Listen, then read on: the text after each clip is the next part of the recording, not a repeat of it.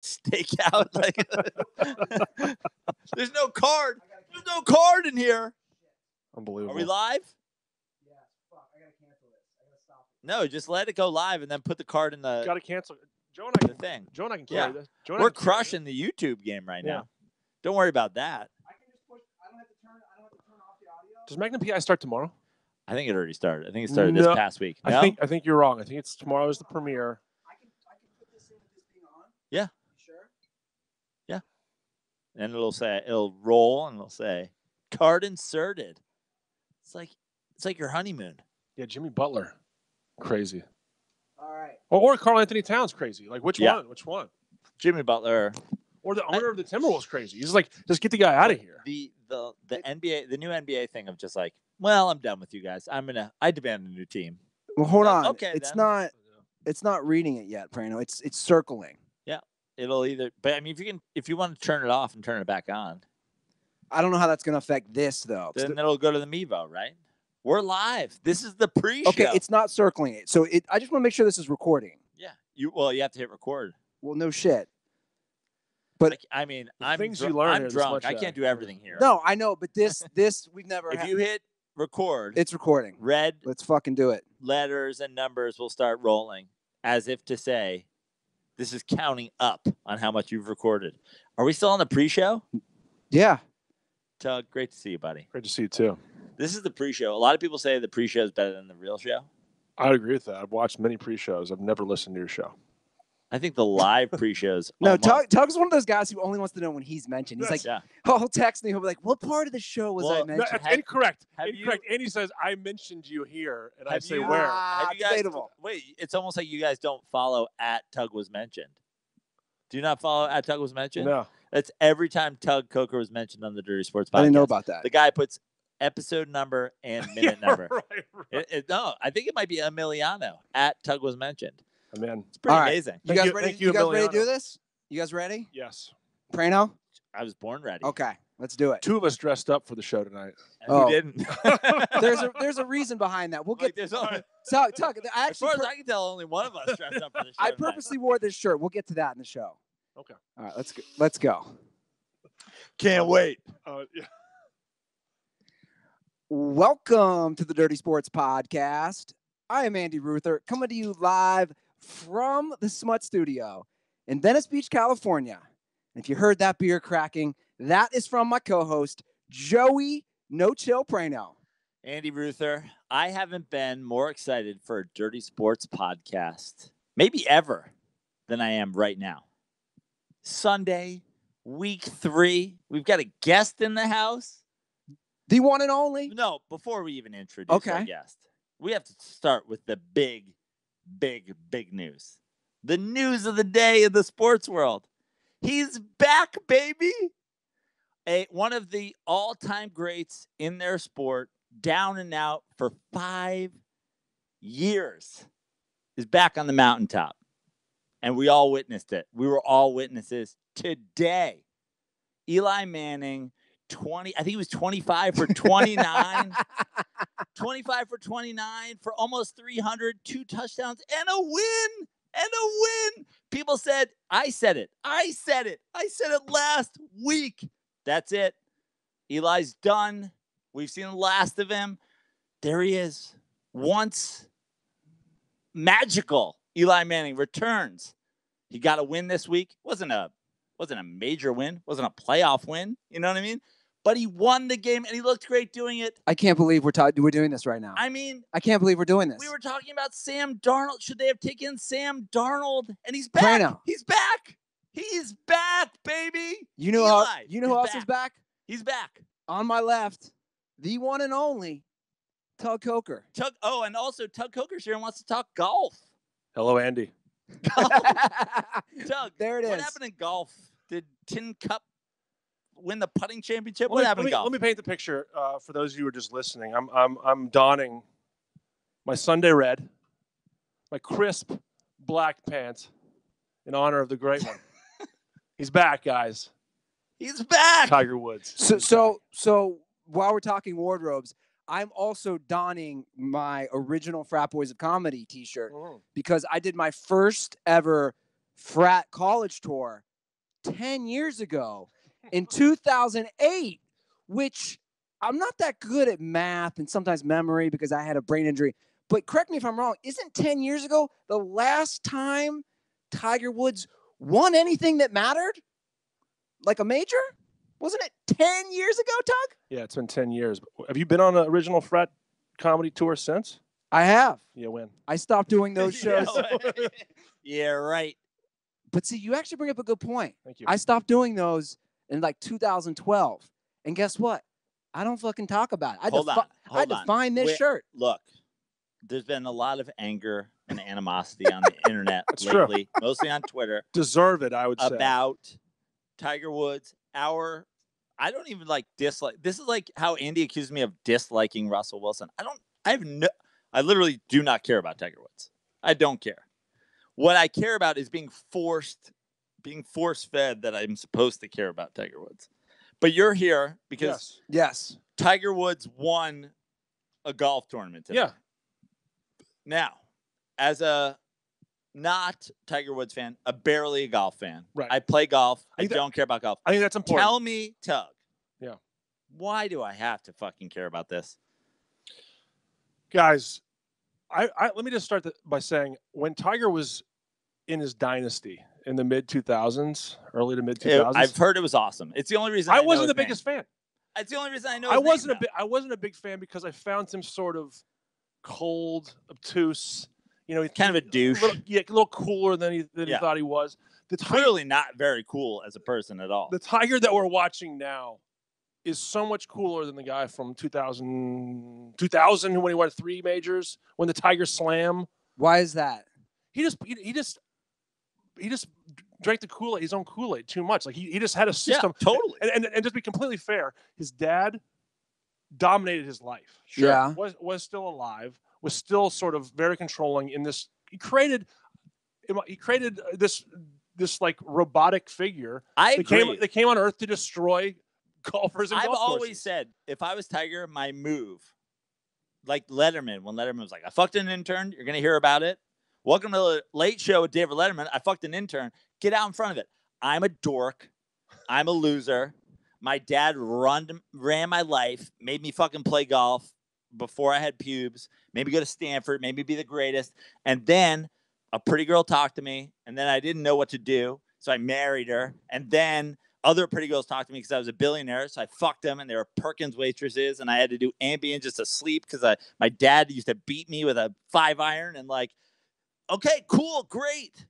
I mean, that story's not new. Yeah, but that's the Silicon Valley that's story 10 years too. ago. Why do I care about that guy, finally winning any single golf tournament? Because I think we believe. I mean, I think as fans of sports and Americans, you believe in the redemption story. Well, I get that. He didn't overcome cancer. He overcame being a douche. But he also had you guys also You're he was a douche. No, now he's not. I agree with that. That's what he overcame, right? No, but he also had a neck surgery that no one.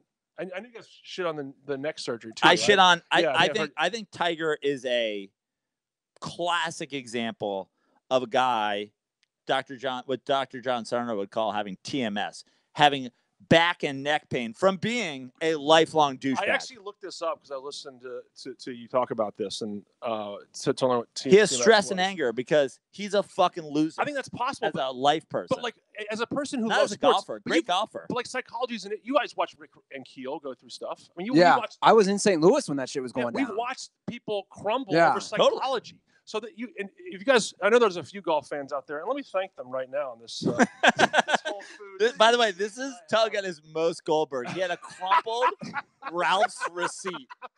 He's like, man, I wrote it down on the bagel. I went to Ralph's and bought water, so I did that. And while I was there, I wrote down Matt Boone. Yeah, what is this Dead Sea Scroll list? This is my shout out to all the guys who kept beating the drum of Tiger Woods around Dirty Sports. So thank you, Vaughn. Thank you, Bo B. Boonstra. Thank you, Johnny Madison, Wyatt Scott, Matt Williams. You love me. Colin Ames. Hey, Double A Ron. My man Rich Mulder, Connor Ross, Johnny Double A Ron I blocked forever ago. I don't have to think. Jeremy Red Eye the Jedi, Charlie Ryan. An honorary staying. How many of those people don't show their real face on Twitter? No, most of them do. Do they? The golf fans are out and about Well, it. but let me. I'm glad that you read your But Oscar-winning hold on. speech, by the way. But I want You guys like me. I want to get back to the point because I think you're right. There we go, guys. Is that the quote for the show? But I think you are right. Everybody's rooting for this redemption. But we've always understood that. But I don't understand rooting for a guy who's redeeming himself from being a fucking dork. That's, I guess, what I don't feel like. It's like Kobe Bryant. They said he was a rapist, but then he won a championship anyway. They accused him of rape, but he's back. Aren't we glad the rapist has returned? I'm like, what? When I see Kobe fans, I'm like, who the fuck are you? He's a giant dickhead. Yeah. The redemption of once he was a dick and made Shaq leave, but he overcame that dickishness by finally realizing he needed another big man. It's like, fuck you, Kobe. That's all completely true. I think if maybe I knew Tiger was in my personal life and was a dick to me, maybe I would be talking it. But don't you just feel like he's a dick? It's possible. But Ellen seems fine. Ellen DeGeneres? Nordgren. Yeah, she divorced totally him. Fine. She hates the dude. Yeah, he seemed to have some issues. But look, not only because she got out of there. But not only the psychology. Yeah, let me ask this because DeGeneres, I think we all understand that. I think we all understand. I've said that on this show a lot. America, whether it's Tiger or an actor or a politician, we love the redemption story. That's like America's thing. I get that. But this is what I don't understand. And I'm sick of arguing with people on Twitter. First of all, I'm going to say before we get into this, we're not going to compare team athletes who play in a team sport versus individual. They're not two things. So when people try to come at me. They are two things. What's up? They are two things. Please continue. Someone who. Yeah, you know I get you. They are two things. I stumbled on my words. But my argument is, so when people say, oh, Ruther, LeBron, this. LeBron plays on a team sport, so it's a lot different. Also, why are we comparing? That's what I don't understand. People go, I'm a LeBron slurper. So any time anybody tries to get in my face about Tiger, for some reason they bring up LeBron James. And I'm like, we don't have to talk about a LeBron James redemption story because he's never been down. And also, he just built a school for 14,000 people. He wasn't down and out because during the Warriors series, he was fucking around on his wife, doing Ambien, screwing, truck stop waitresses because he's LeBron James. Well, I get he's that. The GOAT. Let me just say what I was going to say, and I want Tug, I want you to respond to this. We judge, correct me if I'm wrong, and I'll mostly use tennis and golf. We judge, and we have judged, all we've really judged Tiger by is the majors, correct? And career wins, 80. Okay, and then I get that, but all you ever hear is, that's the big thing, right? You want Tiger to break Nicklaus. He's stuck at 14. That's all you ever hear. When he was in his prime, like you said, we were mostly, the common person like me who doesn't understand and follow golf, mostly judges him by his majors, right? Would you agree? Yeah. We judge fucking Pete Sampras by the Wimbledons or Roger Federer. We're judging these guys by the majors. But for some reason, this is what I don't understand. He still hasn't won a major. So then he's not back. If he's already won those, we're now judging him by less accomplishments. That's the confusion for me. I don't think people. Does that make sense? Yes, I hear that. I don't think people that really love golf and follow it weekly or pretty closely think that Tiger's all the way back. I don't think that is true. But I think people are watching a person that maybe 5 years ago, I think a couple years ago, won several tournaments, didn't win majors, but was winning Bridgestone and these other places, Doral. You're just saying words at this point, but please keep going. But then he had the neck fusion. Sawgrass. But also, you watch him at his own tournament at Congressional. Sorry, another golf. The Tiger Woods Memorial. But he hit as like a sort of like a TV event. Greenways. TV event. They had him hit 3 wedges onto a green. Yeah. And hit them all into the water. He hit all 3 of them in the water.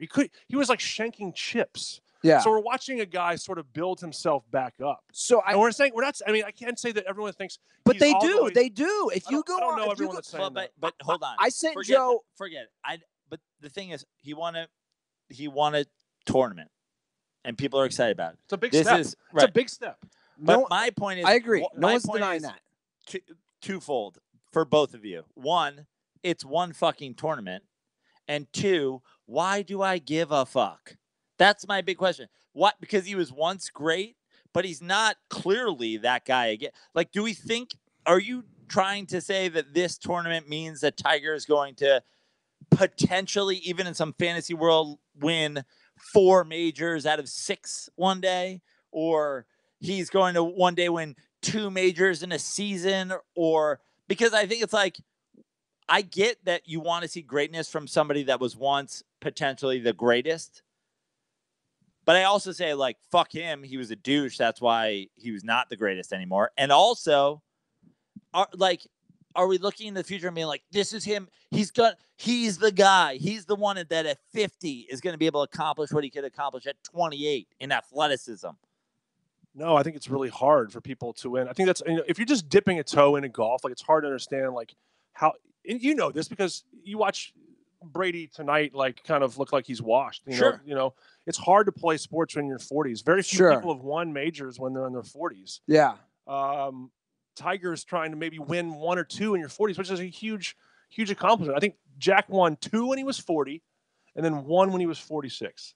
And that was it. So the idea of him getting to 18, but seems why unlikely. are you rooting for him? Because I sold. I don't get, like, that's what I don't get. I don't get.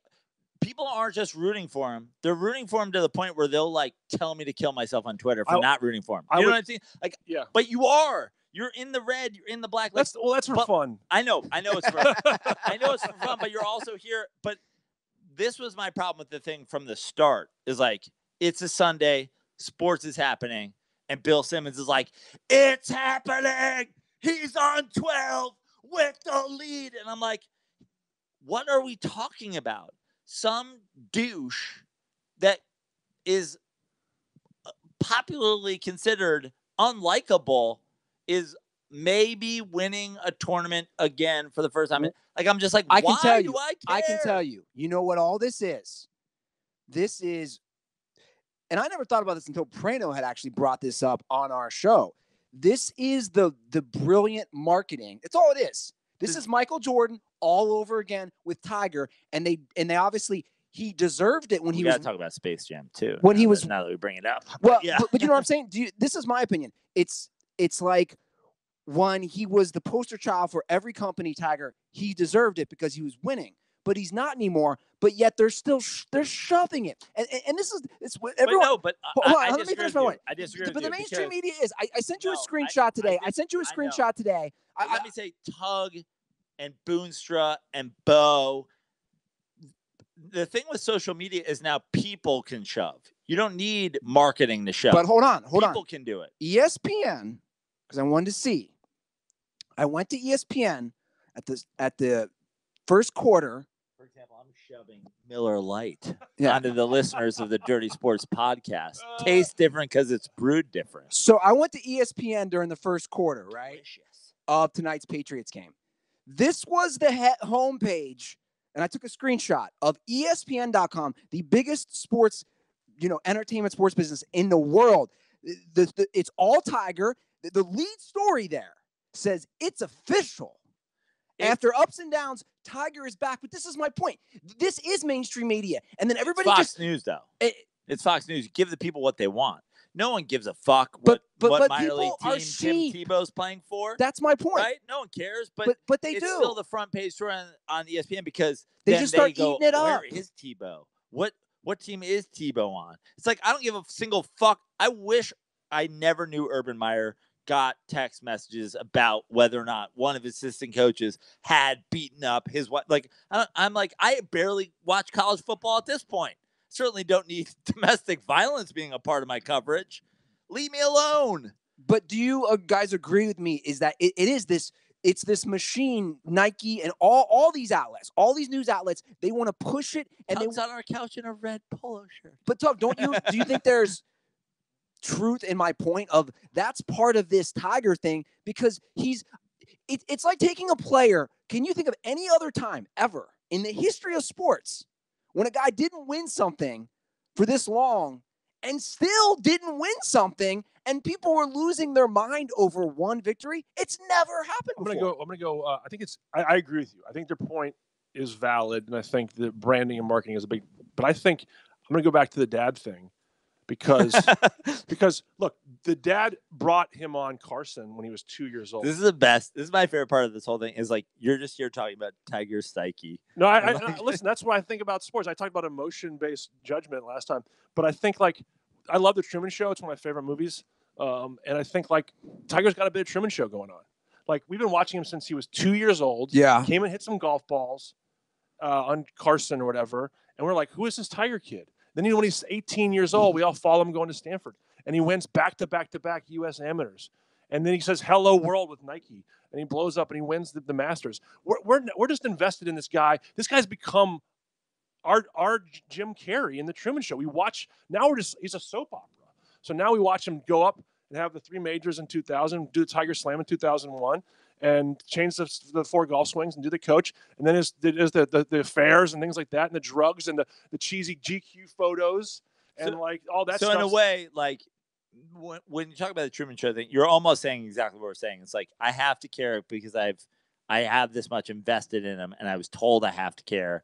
And now we're past the point of no return. But I watched so much that I can't stop watching. And then, but by default, I root for him. I had no problem rooting against Tiger. But that's almost like the thing with with LeBron James that I don't get. Mm-hmm. Like we knew about him when he was 16. High school game on ESPN. Goes in the league as the first pick. Excels pretty much immediately. Has done it all. Will finish with more everything than anybody. And is a championship, and is a champion, and an MVP of a championship multiple times over.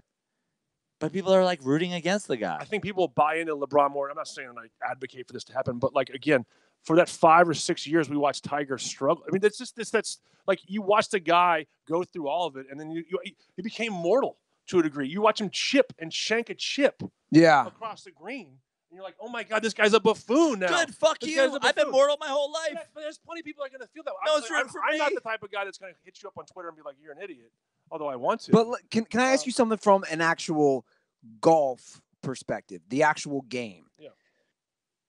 Where is he at? Because people are sitting there arguing with me. And again, I don't even know if we ever answered it. You agree? By the way, I'm glad you asked that because this is my argument for the whole thing, and then I'll sit over here and drink Miller Lights. I don't give a fuck, and I don't give a fuck where any of them are at. Golf, like Phil Mickelson seems like a cool dude. Some of them have long hair, like Tommy. What's the British guy? Fleetwood. Tommy Fleetwood looks like a guy I'd want to rip a bong with. You know what I mean? But like, where's his drive at lately? I don't give a fuck. It's golf. I cared about Tiger Woods for one reason and one reason only ever.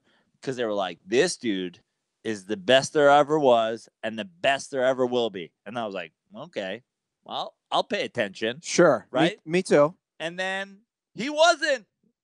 So I'm out. Like, cool. You drew me into golf with this legendary story of fucking half Asian Bagger Vance who does this magical shit on Sunday with red shirts. And then for 10 years, he didn't win a fucking thing. I'm out. Cool story. Sounds like Matt Damon's winning the rest of the tournaments. Call me when you win anything of fucking importance ever, and maybe I'll give you. But people are on Twitter like, he won the fucking. This is not nothing. I mean, he beat some big boys. Great. But again, so that's my golf tournament. That's my question to I'm you. Stoked for him because I think you agreed with me, right? We're measuring all these individuals, athletes who do individual sports. We're measuring them on the important ones, the big 4, right? Yeah. So if he's not Tiger's kind of created that for himself as the person. Everyone else, like you can be unbelievable. Matt Kuchar has I don't know, 8 wins ever. Right. You know, it's poor hard. Matt Kuchar. It's hard to win. I mean, I get that. There's no denying that. But I agree. How many people do you think have won since Tiger last won? 40. But I agree with you. People? Yeah, way more than that. But I agree with you, That's Tug. my point. Is he set about those dudes. He set the bar for, and that's he also created all these dudes. Right, he created all these dudes. Like, dude, no one's denying. Here's the thing, and I see the comment section. You guys just don't care about this. No, but it's like I'm supposed to care about Lorenzo Cain because Jackie Robinson existed. It's like, oh, cool. There's no black guys playing baseball. Now there are. Now this one's really good. And here's the thing: I just want everybody listening to understand. Retire is numbered. And I see the comments. I understand fully the importance that he played in the sport. No one's ever going to deny that. But that's not the point Joe and I have ever made at this juncture. It's that he's not what he once was again, and he hasn't won the majors, which is all anybody ever cares about. I mean, let me put it this way. I think it's important to say one thing straight out. Like, Andy and I have different opinions about a lot of things, including this. Like, my thing is, like, why do I give a single fuck? I'm gonna break. I can't convince you. I can't convince you to care. But That's like but not even. I'm listening to you. I'm listening to you. You're like, he was great. He was great. He was a dick bag. If you watched him play this year, you recognize like from where he started the year. How much golf have you played in your life? How many rounds do you think you played? A lot. Like 1,000 or like probably 200. Probably 1,000. More than you've like shot hoops? No. But you don't do this for LeBron James. You don't do this for there are guys who are doing it longer and better. Like, I just don't understand the Tiger stand, I guess is my point. Like, there are guys who deserve your fucking love and affection. Why does everybody have the need to force feed me this guy? That's emotional. I mean, I can't tell you. I don't know why I don't like one player more than other than I just do, or his game reminds me of somebody's, or you just buy onto the story. I can't say this enough. I didn't care about Tiger when he was dominant because it was like he was a jerk, and now he's I just like watching him build himself back up and being a part, jumping on the bandwagon when everyone jumped off, sort of bought low. But I don't think anybody. But see, my argument to that. Tug. I mean, I'm gonna advocate for Tug being just a third member of this council. Let's just do this. Anytime there's a guest here, Tug's gone. But otherwise, but my argument, he's so white and reasonable. You know what I mean? He's just sure. I don't know. I have no answers for you guys. I would argue that Tiger's good. Nobody. You said bought low.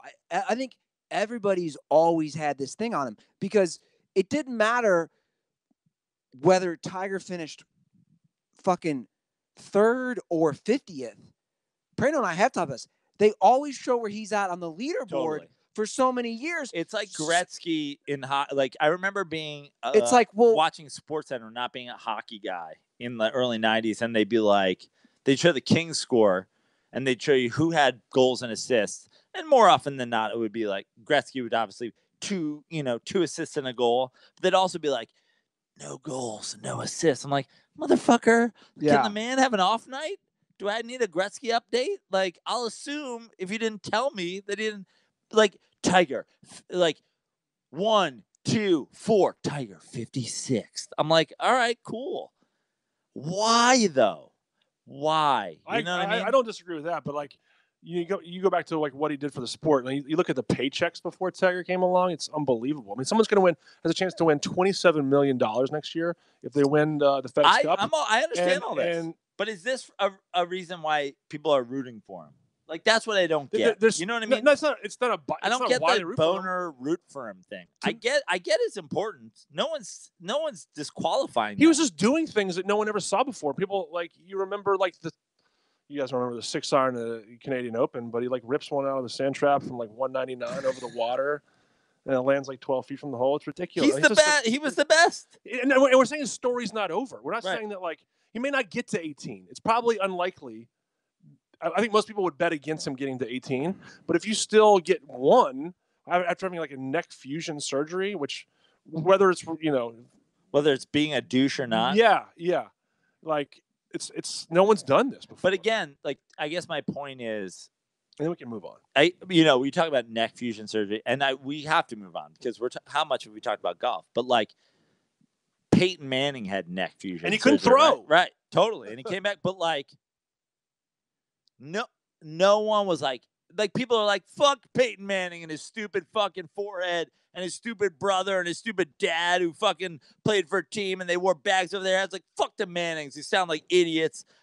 Or he was all right on SNL, but it's Tiger's a douche. I want to root for him less than I want to root for all of those people. Why do I give a fuck that he had neck fusion surgery and cheated on his wife and his kids Joe, see that on TV? Let me say this though. I'm not. I don't root for Pac-Man Jones or Kobe you really or OJ. surprised though? My response to that. Lenny Dykstra.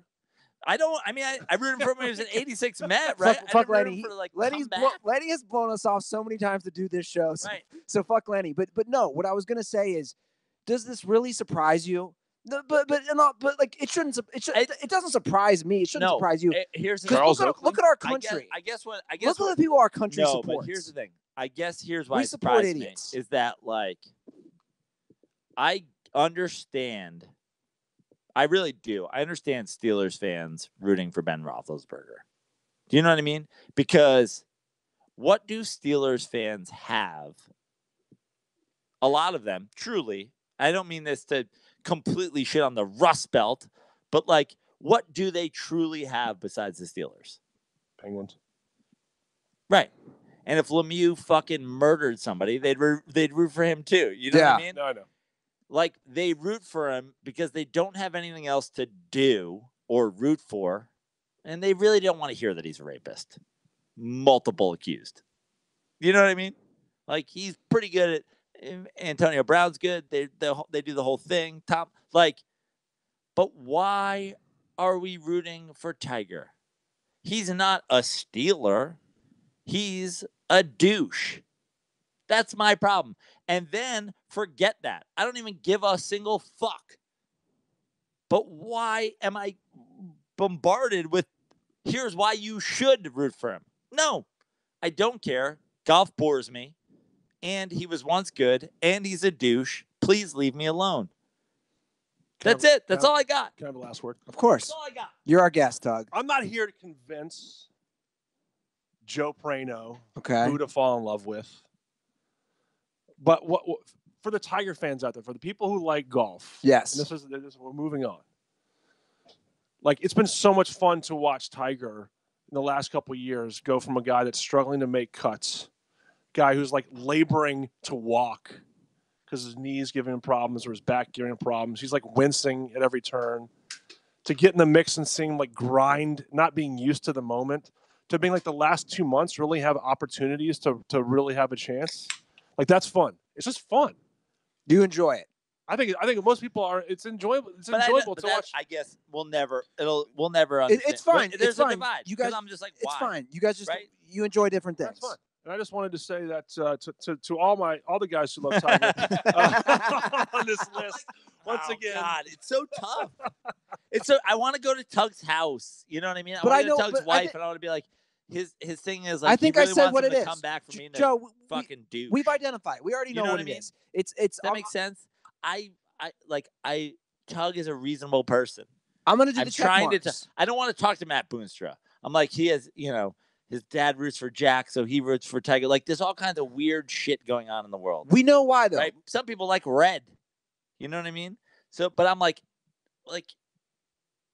he's a douche. I'll wrap it up with this. We know why.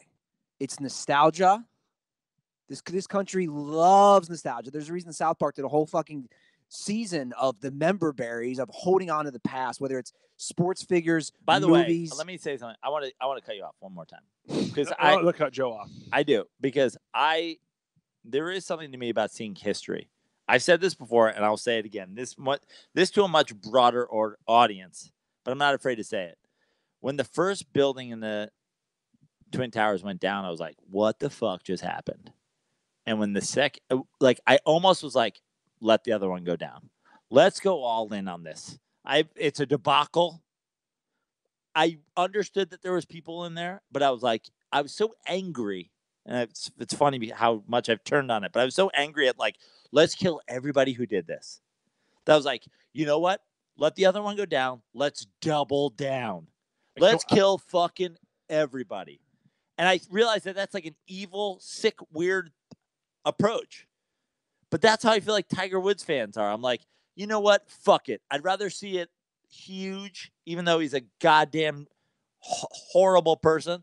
Let's see it. Let's have the whole ta-da. I'm confused. What do you mean? What does that mean? Because why are we? My point is, it's almost like you're not rooting for a good. I'd like to root for a good This is story. the Billy Madison speech of how to win. I don't understand people rooting for a.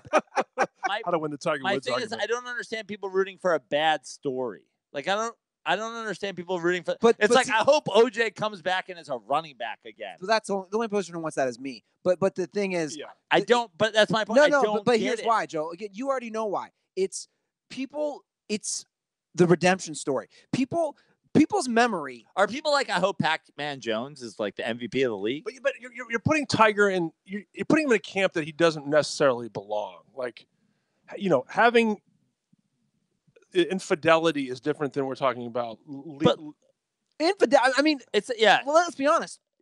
It's not hold on. I'm the biggest cheater of all time. I cheat on all of them.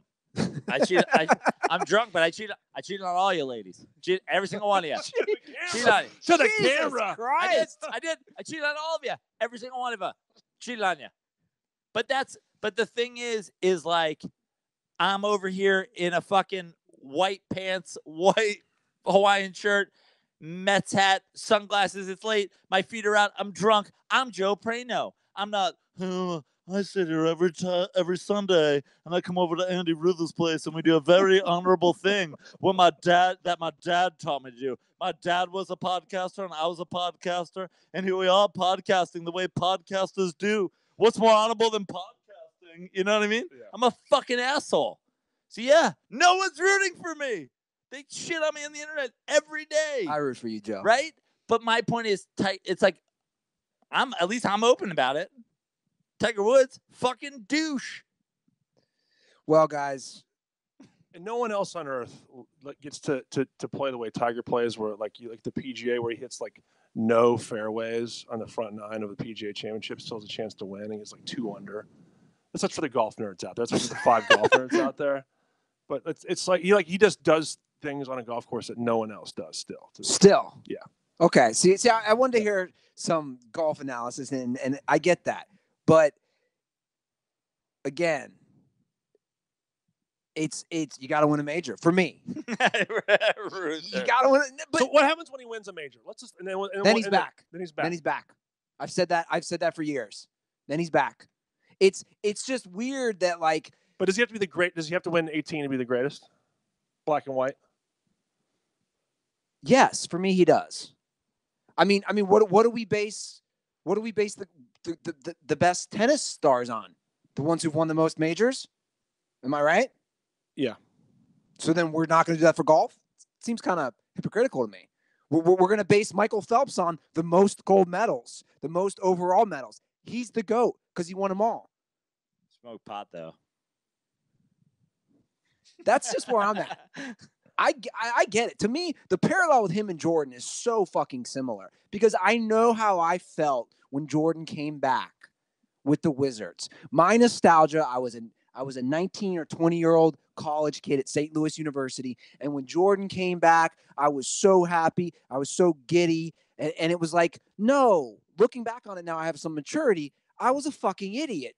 Michael Jordan was a shell of himself when he played for the Washington Wizards, and they didn't do shit. But I was holding on to my childhood nostalgia, and that's what all these people are still doing. Well, the difference is, I think, and we got to move on from your show to the next segment. So much to talk about. Producer. You better stick around for the rest of it, Tug. Yeah. But like, Tiger started in this rebuild as a shell of himself, and he's building himself back. He's still getting better. Sure. So that's something that's something to look forward to. I agree. So anyway. Well, you know what else I look forward to? Prano is opening up that Robinhood app every day. You love the Robinhood app. Tug, serious question. Do you know about Robinhood? No clue. It's the best. It's an investing app. Whoa. Andy, I'm not allowed to talk about my investments. Yeah, you can't. As per our rules ad of read. our ad read. Yes, there's certain things we cannot mention. But I'm in Robinhood, and I'm investing in all kinds of things. Cryptocurrencies. You got me. Stocks. I actually took your app and made you invest in my investments. Yes. I can't talk about the specifics of it, but I am obsessed with it. The moon we're going, Andy Ruther. To the moon. It's like Joe grabs my phone and he's like, I want to open up the Robinhood app. Yeah. I want to see how you're doing today. I was like, let me share. We have a thing where you can use our promo code. So I shared ours with you. Yes. And then I took your phone. I don't know. What's the Tug? What's the governing body of stocks? Is it the FAA? No, that's for flights. What did Martha Stewart get in trouble with? FDIC. The FDIC. That's like a.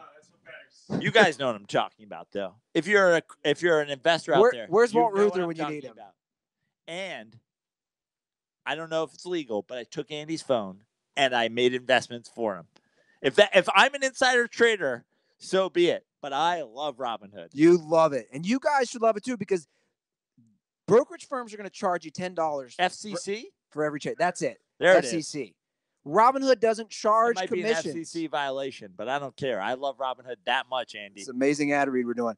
Guys, I agree. trade stocks and keep all your profits. Prano loves Robinhood, and you will too. Robinhood is giving dirtballs a free stock like Apple, Ford, or Sprint to help build your portfolio. I'm not sure that's not an FCC violation, Well, but they're doing it. They're doing it, Andy. Sign up right now at dirtysports.robinhood.com. That's dirtysports.robinhood.com. Okay. Andy, do you remember the Robin Hood movie from the 80s with Kevin Costner? And Morgan Freeman? And don't forget Sean Connery. Of course. He was the king at the end. He was. Great movie. Probably the best. And who's the guy who's dead now? Who played the fake king? He died. I don't remember. The dude from Harry Potter. Who died? I think that actor died. The guy who plays King, what's his name? King Joffrey? Come on, Tug. You're Finally, Ruther gets my Didn't Game watch- of Thrones references. I haven't watched Harry Potter. Have you watched Game of Thrones? No, No? never seen it. The pilot. No. I've seen the pilot. Wow. I know. You're out of here, Tug. I know we've already done.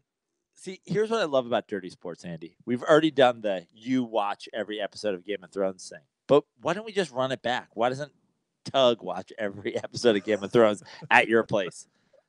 I feel like this could be really good. I'm about to I feel put like up a this could be Dirty 55-inch Sports. TV where the Cincinnati in 1886 current painting is. You're gonna have two TVs. Well, yeah, I am. I like that. You like that move? Yep. I'm not messing around with football now. Like that?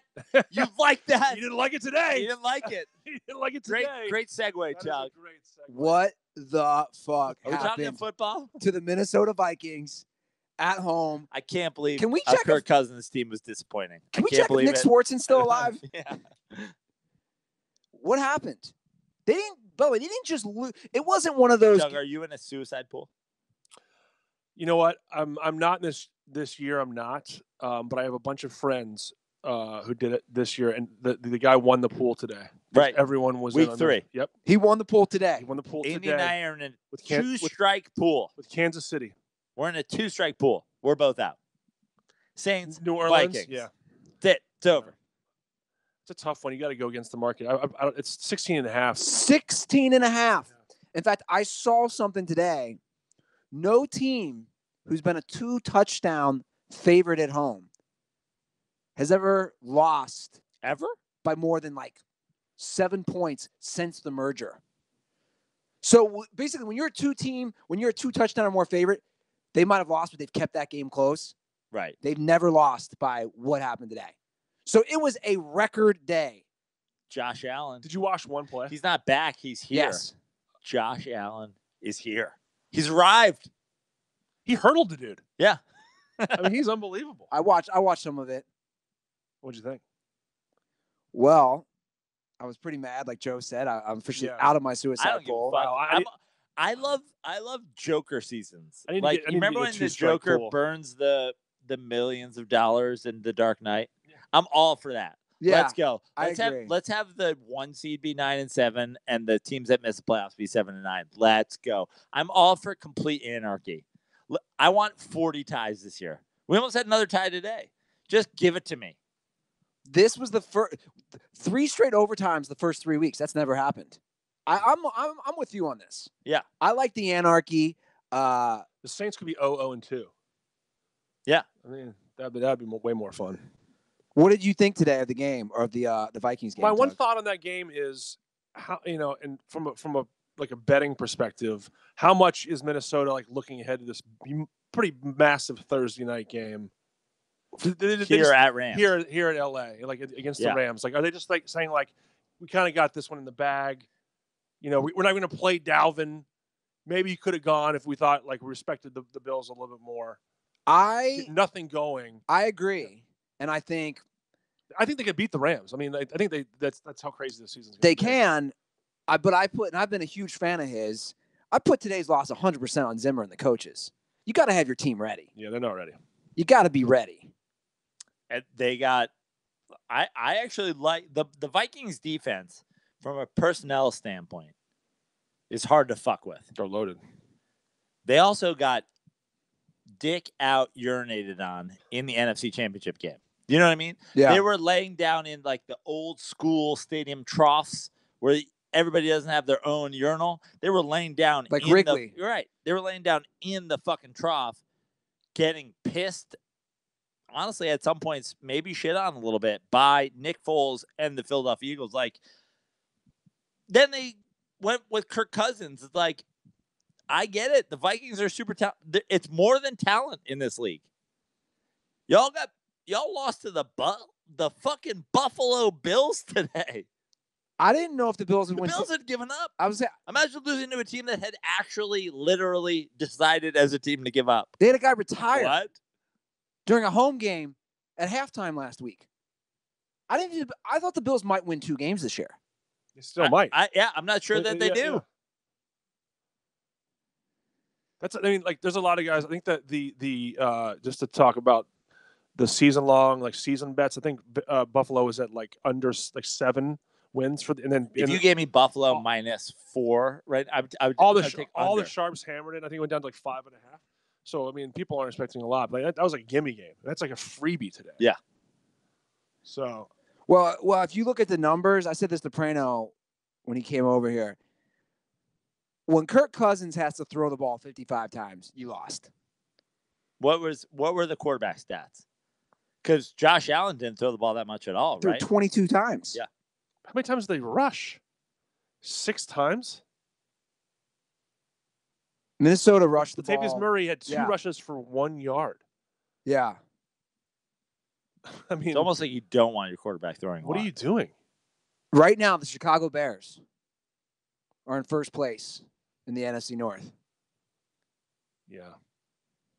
And the Vikings. And good for the Chicago Bears. And nothing's ever been smarter than saying, hey, are we the ones that can get Khalil Mack? We would like him. Thank you. Please give him to us. And that's great for 3 weeks. And maybe they'll be a contender down the stretch in terms of winning the division. But that's a testament to what the fuck is going on with the Vikings this week. And then the Packers are Aaron Rodgers and the late flags is what they should be called, because Clay Matthews, who I hate and I think is grossly overrated, just keeps getting penalized for nothing. We got to talk about that. This fucking poor sap. He's not nearly as good as he used to be, and now every time he does get to the quarterback, it's a penalty. It's not just that. I had all the games on.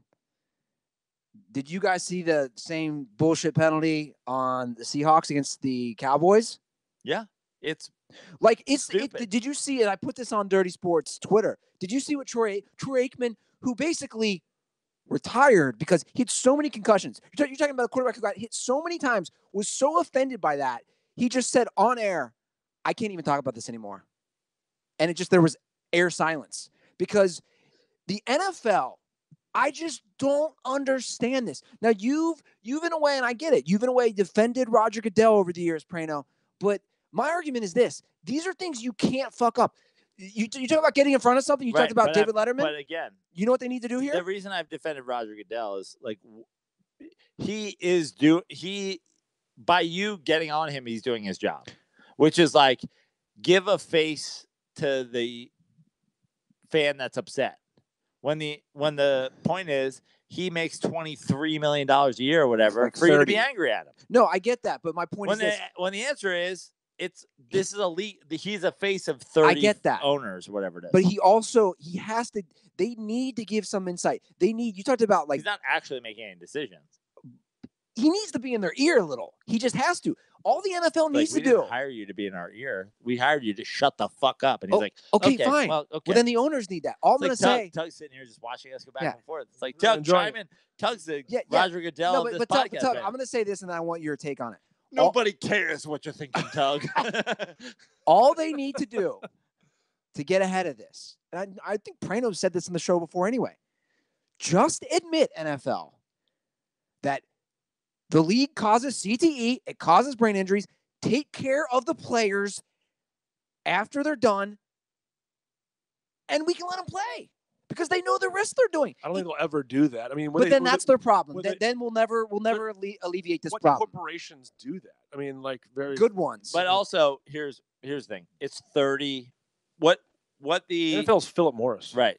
It's 30 billionaires basically in a boardroom. They're never actually in a room together, but it's 30 billionaires in a boardroom. Like the idea of getting them all to agree on something. We don't agree that Tiger Woods isn't a fucking douche. And we don't agree that Russell Wilson is, mediocre to good at quarterback. Like the idea of getting 30 billionaires to agree, like, this is how we handle CTE is absurd. But it's just the way it is. But they need to. Well, they don't need to. They're like, we don't need to. And the whole thing will eventually fail, but we'll have made a ton of money. But you just said it. Right. It's eventually going to fail. Sure. No one's even talking about the anthem shit. I mean, I've never seen it like this. Just keep calling penalties on guys tackling quarterbacks. They don't even care about the anthem. Have you guys ever seen it like this? I've never seen it where I'm watching multiple games and you see the public outrage, the mob outrage, but then you also see it with the announcers and the players and former refs. Like, it's this weird thing where everyone is seeing it, but they're just like, nope, it's cool. I think one thing that might have to happen, because it hasn't happened on like a primetime game, and it hasn't affected the outcome of a game yet. So I think that's not true. The Clay Matthews one last week. Yeah, they intercepted the pass. Oh, that's true. They would have beat. But it is the Vikings. I agree with Tug. Yeah. It is. It's a. Remember when it happened on Seahawks Packers, the Monday Night Football phantom touchdown? Yep. The nation has to see it. Yep. Regionally, or whoever's tuned in, or like the people of Sunday tickets seeing it is one thing, but when everybody sees it simultaneously, now you get real mob. That's like Pete Davidson makes out with Ariana Grande. That's when like the whole world cares. You know what I mean? That's when that shit is trending. Aside from the hit, though, like what that's when like Tiger puts a fucking shoe on and ties it himself whilst not fucking his babysitter. That's when everybody cares. You know what I mean? You need that national TV audience. Without a doubt, had to be our first ever Ariana Grande. Yeah. Was that something you guys discussed? Yeah, I never thought you guys would go there. It's awesome. What thoughts on the quality of play through the first 3 weeks, aside from the hits? Aside from that, I've really enjoyed the season. Like Prano said, it's kind of been anarchy. Dude, how fun! I enjoy the anarchy for sure, but I think there is something to. I've been talking about this for a little bit. Let me know if you agree, Tug, because you're a smart guy. Besides the whole get up, but like I feel like now the thing with the huge contracts is it's big contract. There's like 5 guys on big contracts. Everybody else on a $400,000 rookie deal. So it's simultaneously like really dynamic and really sloppy because you can only pay Goff and Gurley and Talib and Sue. And I mean, the Rams are bad. The Rams are a bad example, right? Yeah. They found a way. But you know my point is, my Giants, for example, Eli and Beckham and Vernon and Landon Collins, and then you've got a bunch of guys who are like, figure it out, guys. It'd be great if you weren't awful.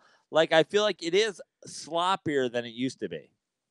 I agree. I think there's some sloppy stuff. I mean, I love I'm fascinated by the GMs. I mean, you're so right. I've said this a lot about like the rookie contract being basically the decision maker for so much of the league. I mean, you see Russell Wilson kind of destroy the Seahawks by doing what he's supposed to do, which is take a lot of money. I mean, but I think that falls back to quality of GM and head coach to figure out. About to sock you in the mouth. I know, I'm ready. Well, I just don't even understand. He destroyed.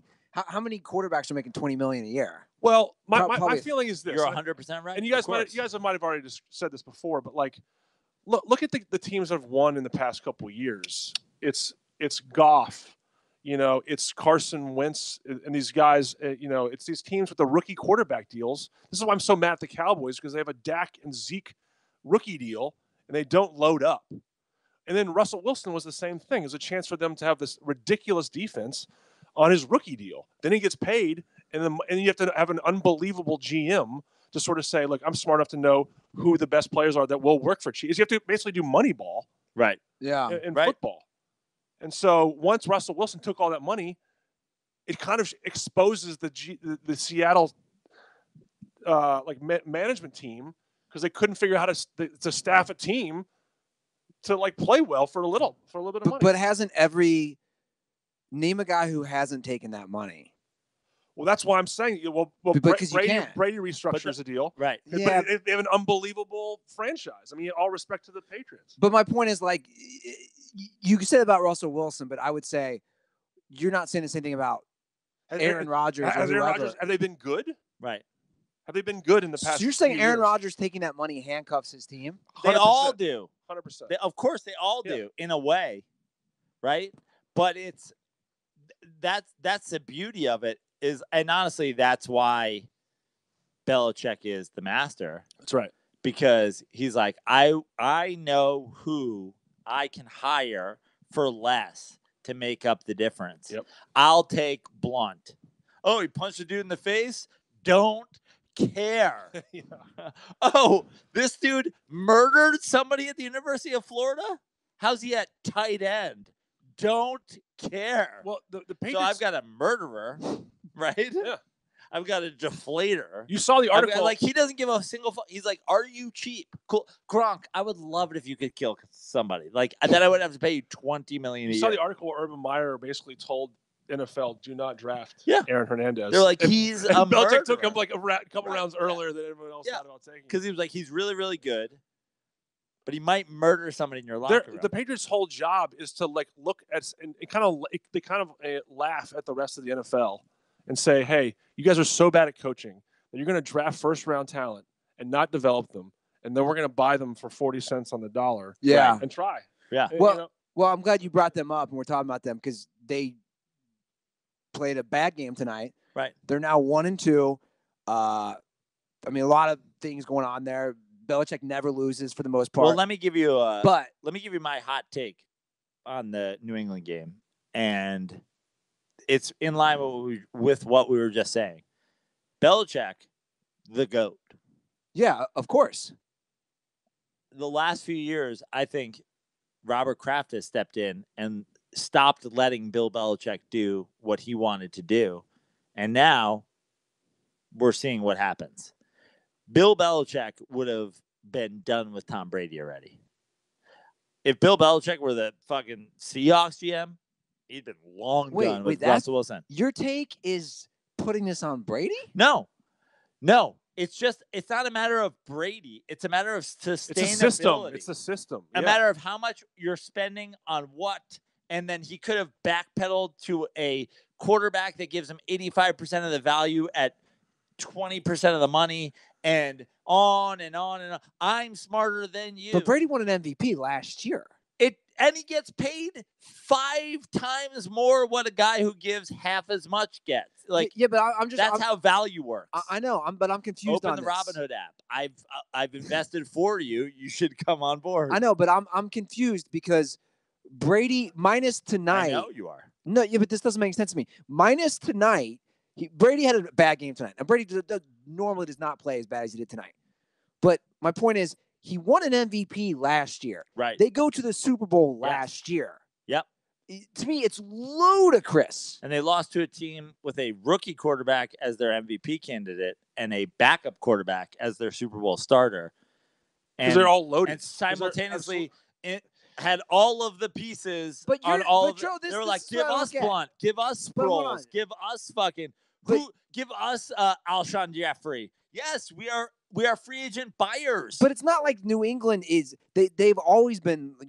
We've already talked about finding the diamonds in the rough. Belichick is the best. But I'm confused. You're the same guy who's like Eli should never be benched. And Geno Smith. Yeah, but hold on. You never want the Giants to get rid of Eli, but now you're saying the Patriots to get rid of Brady? No, I'm not saying get rid of him. I'm saying Belichick already had that plan in place. He saw the end, and he was prepared for it. And then Robert Kraft forced him to do something else. And now their next franchise quarterback is playing in San Francisco, and they're losing Well, to he's the not. Lions. Well, there's a lot of. But that's neither here nor there. He's sitting this year out because he Great. shredded his knee. And Brady sat out when he shredded his knee, and Matt Castle played. That injuries, you don't count on it. The only time you can factor in injuries whatsoever is when you're talking about the Manning brothers, because they don't get injured because they understand like their bodies and how life works on another level. Otherwise, you can't really put it on like, oh, guys get injured. Well, unless of course they're like But let me put it this way: tailbacks. do we all agree? I say the Patriots, hands down, win that division, win 10 or 11 games again. Great. The AFC East sucks, and that's neither here nor there. Yeah. But we agree they're going to win the division. I think so. Yeah. So tonight's bad showing. We're on to Cincinnati. Yeah. Yeah, exactly. Totally. Whatever they, Totally. They have Miami at home. But in the next home. 5 years, the Spurs won't win 3 championships, and the Patriots won't win 2 championships. Like the dynasty is over. It's over. I will say this, and I agree with Joe to the extent that, like, and I hate to bring back emotionality of decision making. Somehow Tiger's going to come up. Yes, but like no, there's a report tonight that there was serious talks with the Lions about trading Gronk. Should have, right? Exactly. And so, but Gronk comes in and says, "Listen, I won't play again. I'll retire." And somehow, like, that filters up to the to the top, and they nix and then that. Kraft's like, "Fuck you." Nix that decision. Yeah. And Belichick's like, "Let him retire." Yeah. Great, $20 million off the cap. Don't care. There's a murderer at Missouri that's 75% the tight end that Gronk is, and no one's going to draft him because he killed somebody in his dorm room. I'll take him. Let's go. It's like blackjack. Like when you have a system, right? You play by the system every time, and we start to have emotions involved. I'm going to hit this once. Yeah. I'm going to hit this. That's when I like 16. I don't know what it is about 16. I'm feeling this car right now. now. I like it. Yeah. Whenever the dealer has it, I hit. You're like, no, what are you talking about? Yeah. Did you guys watch tonight's game? Yeah. That's the whole thing. Lions, what do we think? I mean, they're 1-2. The Lions are the Lions. I've said this. My girlfriend she's not even a Lions fan, but her dad's a Lions fan. So she's like invested and she wants them to win. More than the Browns, more than the Texans, more than like actually famously failures franchises, the Lions can never be good. When you talk about the Lions, the top 3 stories in Lions history are Barry Sanders retired early, Calvin Johnson retired early. One time they lost all of their games. People get it. Detroit sucks. The Lions suck. Goodbye, Lions. When you talk about the end of the Lions dynasty or the Patriots dynasty, let's talk about them losing to the fucking Lions. You know who I feel bad for? Matt Stafford. Free Matt Stafford. This is my second free Lions campaign. I said free Calvin Johnson. They didn't. He eventually gave up. Free Matt Stafford. Make Matt Stafford the Seattle Seahawks quarterback. Makes Matt Stafford great again. Well, I'm not even going there on that dig at Russell Wilson. I'm just saying, give him a fucking decent team. Make Matt Stafford the quarterback of the Giants. Great. He's 30 or whatever. I mean, he also did. I like Matt Stafford. He's great. The window's over because he has the salary. Right. That's my theory. Exactly. Yeah. So trade him to a team that's good, you know? Way better than Kirk Cousins. Goodbye, Kirk Cousins. We'll take him. We're the Vikings. We'll take him. We'll win the Super Bowl. See you in a year. Can we talk Cleveland Browns? They won. The Bud Light coolers are open. This is amazing. This delves right into my bet. We won't get there yet, but Browns. Well, people are fucking stoked on Mayfield. I'm on that. You're on the it. train. I'm not way on the train, but I'm on the train. I'm driving the train. Well, I was always critical when I said Baker Mayfield would be a bust. It still may be. It still may be. Yeah. But I'm also one to admit when I'm wrong. And I'm not saying I'm wrong on the bust thing yet. But when I say admit, this Browns team's pretty good. Johnny Manziel may still come back. No, but what I'll say is this. I'm going to piss. Keep saying your thing. And Tug, you watched the game, right? I did. The minute he came into that game, and I believe he led him on a scoring drive of a field goal. But it didn't matter. And it wasn't just the offense. The defense, special teams, that entire dynamic of the team changed the minute Baker Mayfield got onto that field.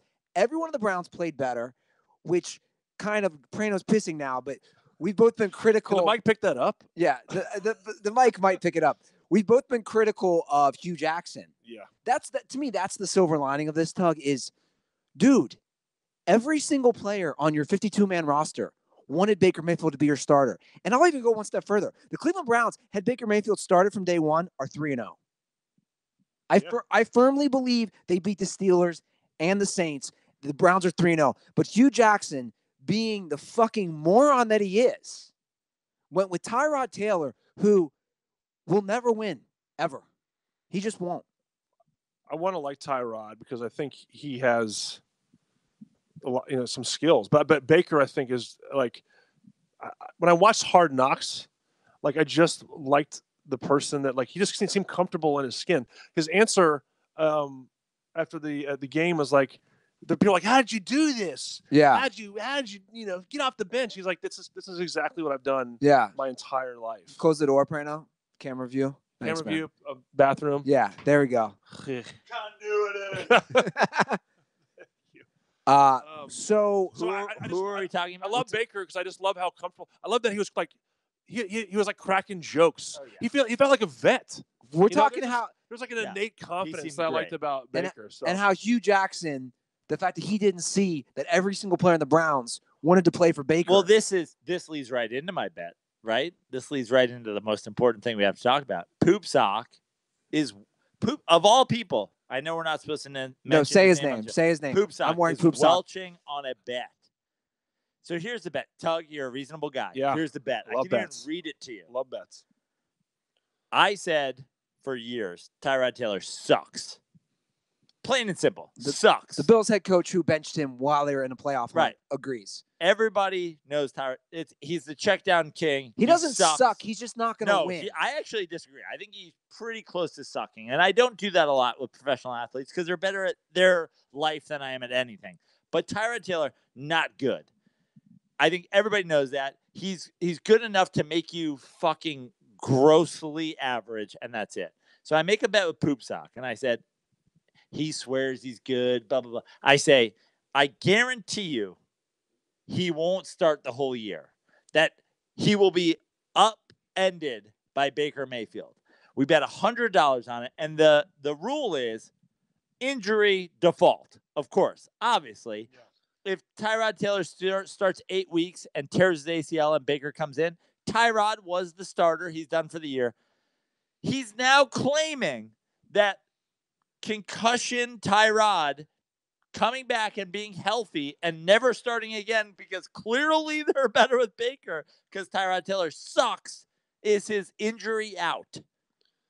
The starter is the guy who starts when everybody's healthy. Yeah. That's who the starter is, right? I think the question is, it's a tough one. I think if Tyrod gets cleared next week, then you win. Or ever and doesn't start, right? Yeah. I think if he gets cleared. If Deshaun Kaiser is the starter for the Packers and Aaron Rodgers gets cleared in the last 35 seconds of week 17, he goes in because he's the starter. The starter is the guy who plays when everybody is. No one's saying Matt Castle won the starting job because Tom Brady was done for the year. So where are we at here? So basically, Poop Sock owes me $100 of the U.S. government's money as an Air Force serviceman.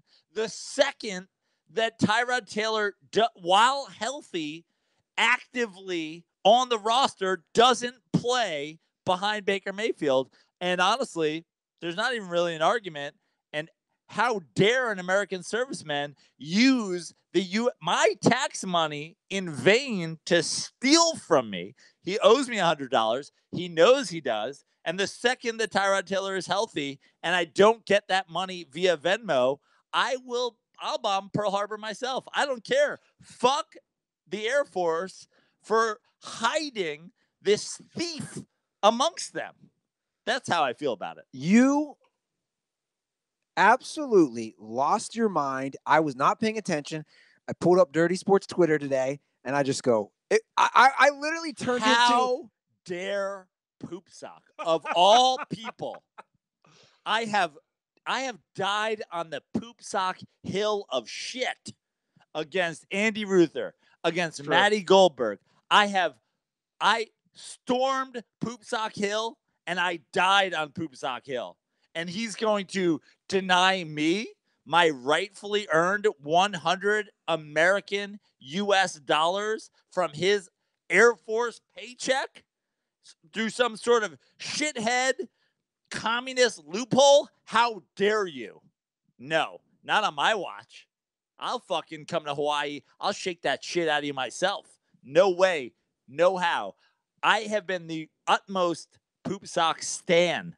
If you can stand for a kid who's famous for shitting in a sock and throwing in fast food restaurants. No way. I'm going to stand for you, and then you're going to deny me my fucking hard-earned money, you Grizzlies predicting fucking fake patriot welfare motherfucker. How dare you? Well, and I say that as I drink an American beer. Miller Lite protecting this country more than Poop Sock sitting in a fucking radar stand not paying me my money. Yeah, right. Yeah, right. I'll show up at fucking Fort Knox. I'll show up at fucking Port Honolulu and shake that shit out of you, you cargo pants wearing cross-eyed fuck. Send me my money at Joe Prano. And if you don't, I'll fuck you. Yeah, right. I might not be Magnum PI. I'll be in Hawaii before you can say, fuck you, Tyrod Taylor sucks a dick. Bro, you need a sound bath, bro.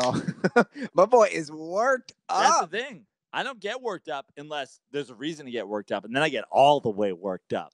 You know why you're so worked up, Joe? I don't know, but I have a feeling it has something to do with the razors I use. No Harry's ads today. We don't have. Am I that worked up because I can't find a good ticket to an event? No, but you just said it. You just said it because you have defended this exiled dirtball.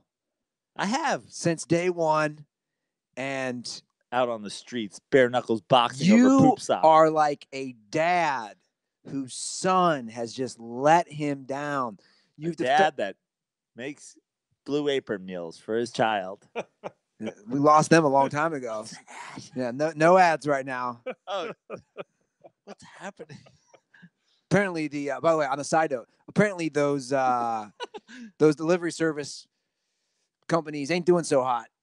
They're all going under. That's just the sidebar. Okay. Anyway, I love them too. That's too bad. Yeah, they're all going on. I talked to somebody last night. Invest into any of them on Robinhood, but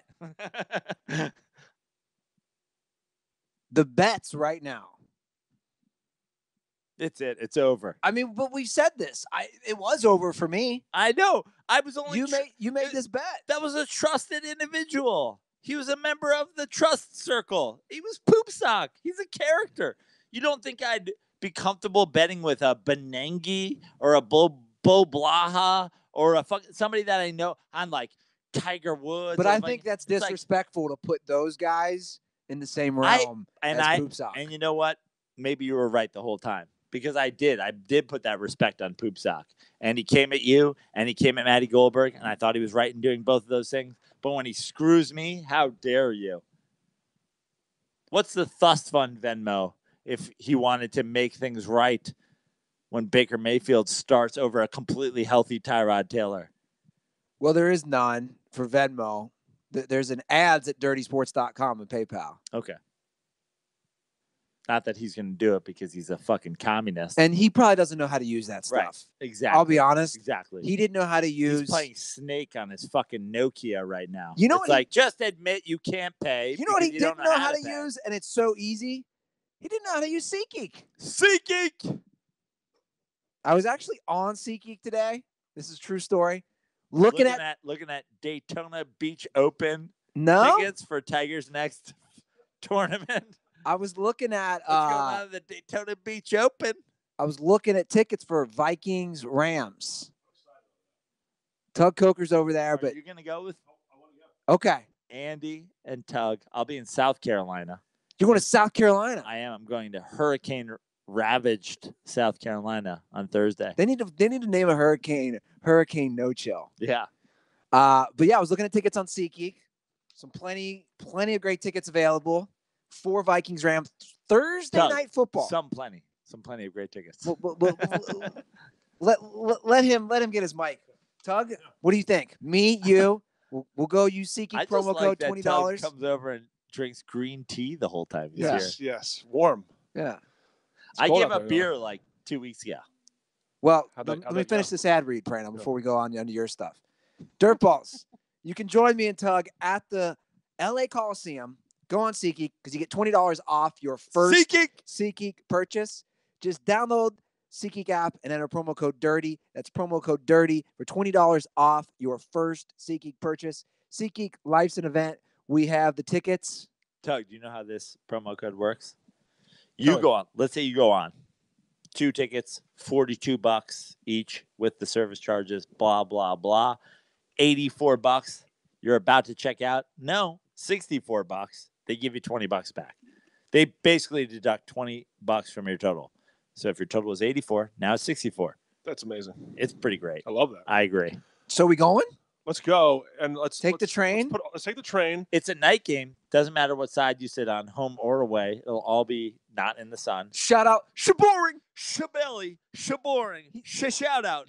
He's been texting me from Spain. Shots fired. From Spain, he's been texting me. What kind of fucking self-plan you got there, bro? He's got the Shabelly family cell phone plan. No, it's easy. It's easy now. It is? Yeah. It's all on Wi-Fi. You just buy like a $10 day plan.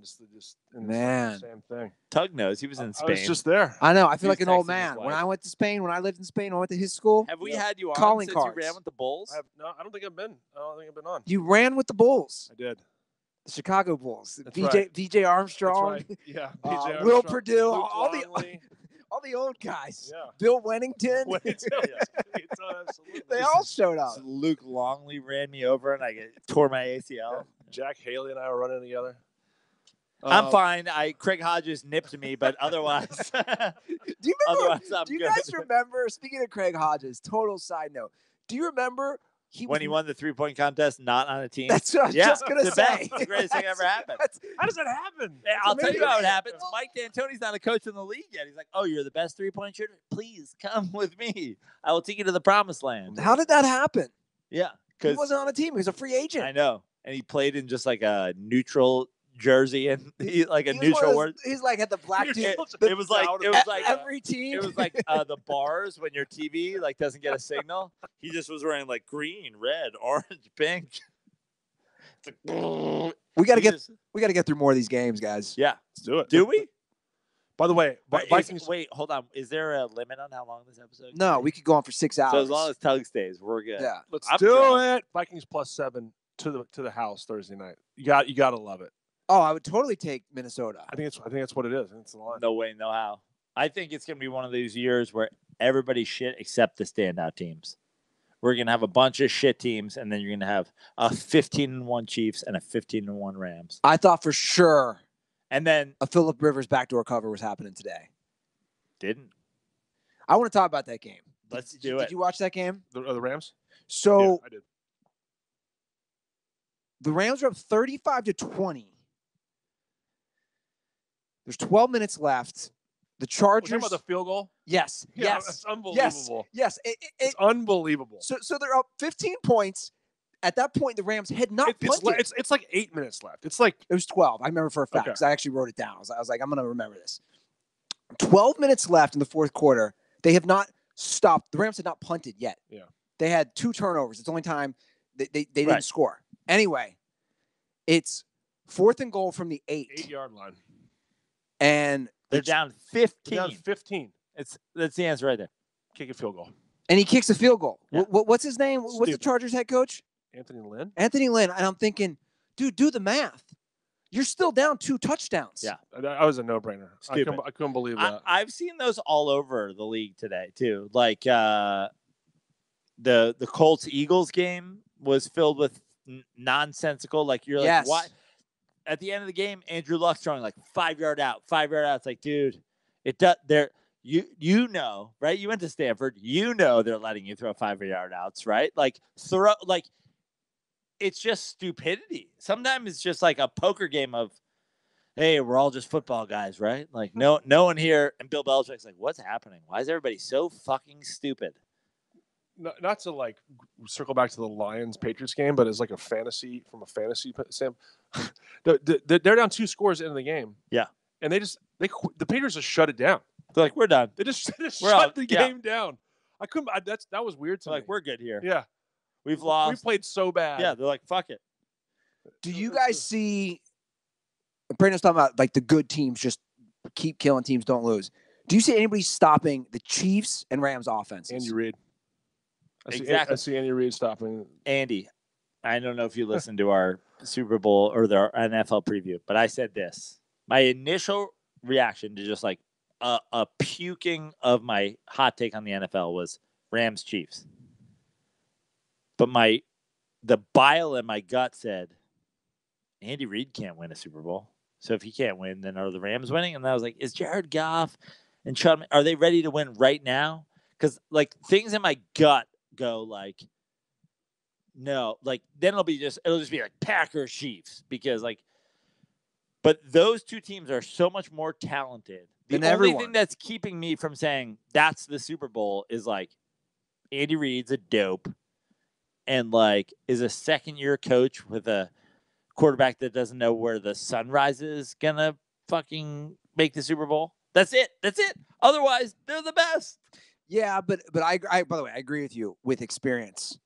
The Rams did, they did lose. Right, and Andy Reid doesn't know how. But they have that experience. I think the Rams have that. Dude, McVay is so good. The play calling that he does. McVay's unbelievable. He's a genius. I have a massive Rams Rams over Chiefs Super Bowl. No, I don't know about the Chiefs yet. Like, look, they look fucking really good. They look amazing. And Mahomes is doing. I couldn't believe like that like run to the left, throw back around. Yeah, the spin. Yes, move. I mean, unbelievable. But it's only game 3. People are accumulating tape on Mahomes. We still have Andy Reid running on the sideline. Like, what's accumulating tape? Like, if he goes this way and then you don't tackle him and he goes this way, watch out for the super 70-mile-an-hour dart to the back of the end zone. It's true. I don't know. I mean, I don't know. Right now, I don't know how you stop it. I mean, they're taking all the air raid principles from Texas Tech with like NFL players. And have you heard him talk? Did you see the? Yeah. He's like, yeah. like he's Kermit. Yeah, he's like, we're running the ball. We're good. You're like, what the fuck? But you know like the fact that he's not like, oh, you know what? I'm fucking dope and dope things are happening. I'm like, he's a dork. This is even better. I think Chiefs over Rams Super Bowl. But you know what both teams have? Over Chiefs Super Bowl before. You know what both teams have? They have the guys where it's not even about throwing the big pass. They have all those, the Tyreek Hills, the Brandon Cooks, the Robert Woods. They have those guys who you can give. Sammy Watkins is the last person I'm worried about. Dude, you get them on a 5-yard slant. Those guys are so fucking fast. Rams defense is way better than the Chiefs defense. Rams defense is way better. They didn't look good today, and Akeem I'm not sure Talib. the Chiefs defense isn't good though. Well, the Rams had injuries today, though. Yeah, Akeem Talib and Marcus Peters. The Niners lost Jimmy Garoppolo. I mean, they still hung 20-something points on him. Yeah. And then C.J. Beathard threw a touchdown that should have counted. 49ers done. They're done. They're done at sack because Shanahan's really, really good. Shanahan is, I think, a really good coach. Well, look at Matt Ryan, what he did with him. Yeah. And he'll still, they got some talent, but, I mean, it's that with the Rams there, it's over. The Garoppolo is almost a perfect example of the whole thing we're talking about with quarterbacks. It's like, he's so good. I think he's really good. How good he is to be determined. But, had he been the guy on the shitty come off the bench contract with the Patriots, they don't miss a beat. Yeah. But he comes to the Niners, and then he hasn't even played a game yet, and he gets $20 million a year. Now who do you sign? Here's the thing. I love Eli. I'm fine with Eli as the Giants quarterback. But imagine Jimmy Garoppolo with Saquon and Beckham and Ingram and Shepard, and you're like, oh, we're only paying this dude like $4 million the next couple of years, I'd be like, yo, I have a boner. Let's go. Spend that money on the defense. Let's go. Look at the weapons. Look at the guy. But I think that we all agree that the ship has sailed on not what the fuck am I going to switch the word? Being like, oh, who Jimmy Garoppolo? Who? Like being like you're saying. Well, yeah, everybody's a Jimmy Garoppolo buyer at this point. Yes, but he's out and paying these guys. Well, we talked about this earlier, but like you guys, like the Chiefs and the Rams, both are quarterbacks on rookie deals. Yeah, I've said so. Just go get the quarterbacks young. I've said this before, and I'll say it again. Yeah. And I'm going to say something new. Right? I actually think we're a groundbreaking podcast at this point. When Tug's here, we're taking it to people aren't talking about this shit. Like the Mike Lombardis and the whatever, like they're all fucking. Well, they all have their own. You should respond to that hockey coach who said he's trying to help us how to become a better podcast. Yeah, fuck hockey. That was one of the most awkward things I've ever been a part of. I didn't try to be a part of it too much. Like you're a hockey coach, bro. Like stop being a weird tiger creep. And just somebody who's trying to give us advice how to grow our show. Yeah, who had never listened to the show. But I think we're talking about stuff that a lot of people don't talk about, which is, and I've said this before. People always say when I say Eli Manning's 6th all time in passing yards, so let's not diminish what he's done. People go, oh, let's see where he's at in 20 years. I actually don't think he'll be a lot lower in 20 years because I think the game. I think he will. I think that now the game is going to Mahomes, Goff, Wilson. Do you see how many yards these guys are throwing for? Yeah, but for how long? Yeah, that 5-year win. For how long where you go, yeah, bootleg, yeah, fucking run the option. You'll be fine. CTE's not a thing. We love black people. Go for it. And then like Pat Mahomes is done in like 8 years with like almost the craziest career you've ever seen, but still 8 years. Like seriously, and I have no hatred whatsoever, but like how long can Cam Newton play tailback and quarterback in the NFL? I mean, he had 2 rushing touchdowns today. I understand that, but I'm saying like how long is that? How long do tailbacks last? How long do quarterbacks last? He's coming up on 10 years. Right. I'm saying, so what we have a 13-year Cam Newton? Cam is 10 years? Yeah. He's near it. He's at like 8. Wow. Totally. I totally get it. But I'm saying, like, they're done. Cam Newton can't play. The only reason Cam Newton will play 20 years is because the team will let him be their quarterback after he's no longer a tailback anymore, even though that's the only reason he's effective. I mean, this is going to be a great podcast to revisit at the end of the year when we see like what teams are still alive and really what are the teams that have young rookie quarterbacks or like first 3 or 4 year quarterbacks. Goff, Mahomes. It might be. It's the Super Bowl. It's fantastic. I mean, I guess I still believe in the Vikings. Maybe you guys have been tempered because of their destruction. Well, I believe in any team that has a good defense. That's always what I say. And Dan Bailey. Here's what I don't greatest. Believe. I've said this before. I will say it again. It's easy to be a quarterback during the regular season. Teams are bad. Teams are good. Teams are great. Teams are mediocre. It's tough to play game after game against great teams, which is what happens when you make the NFL playoffs. I don't think Kirk Cousins can play great games against great teams, one after the other after the other. That's it. That's my quarterback take on the Vikings. That's one team to me I think could punch a hole in my like rookie quarterback deal. But if the Vikings D is playing at full potential, he doesn't have to play that good of a game. If they play fucking Ravens Dilfer level, if they play Wilson Seahawks level, if they play throwing with his left hand Peyton Manning Broncos level, but if they play, we're pretty good, but how good are we? I don't know. We're the Case Keenum Vikings. We're going to give up 41 points to the fucking Nick Foles Eagles. Good luck to you. I don't know. Let's see Kirk Cousins then. I think with those young guys, and I don't know if you heard the announcer say this, they were talking about this during the Rams game. I think they said also with Kansas City, the importance for these young teams is they get that home field. And we saw it last year with the Eagles. Obviously, Wentz goes down, they had a backup. But with these young teams, I think it's really important come playoff time. Of course. Not that there's a big home field advantage for the Rams. I actually thought the mayor went to the game today. It's not even a. It wasn't that, I'm saying. So don't have an away field. Like, yeah, exactly. Get on the road and go somewhere. By the way, apparently he witnessed an insane fight riding the fucking train. The mayor. Classic. Like insane. Always in the mix. Insane fight today. One thing to keep in mind on the Rams is I think Marcus Peters, was banged up. There's him and Aqib Talib. Yeah, the injuries in the corner. That's what I was saying. It could be a deal. Those guys are lockdown corners. The Rams' one weak spot is linebackers. That's going to be their one weak spot. There's good secondary, D-line, fucking unstoppable. Yeah, their one weak spot is going to be linebackers. As a Giants fan, kind of a recipe for success. If you can get to the quarterback and you can guard receivers, those in-between guys. Carl Banks. Well, the 80s Giants. Bro, did you watch a football life, Lawrence Taylor? As a Giants fan, my whole life, when you go to the Eli years, you're like, how are we doing? Like, you're like, we're not going to win because we don't have.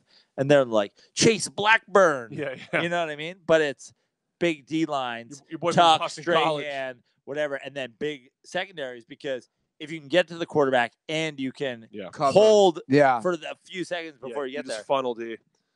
The team I think also it's kind of like under the radar right now is the Super Bowl champions.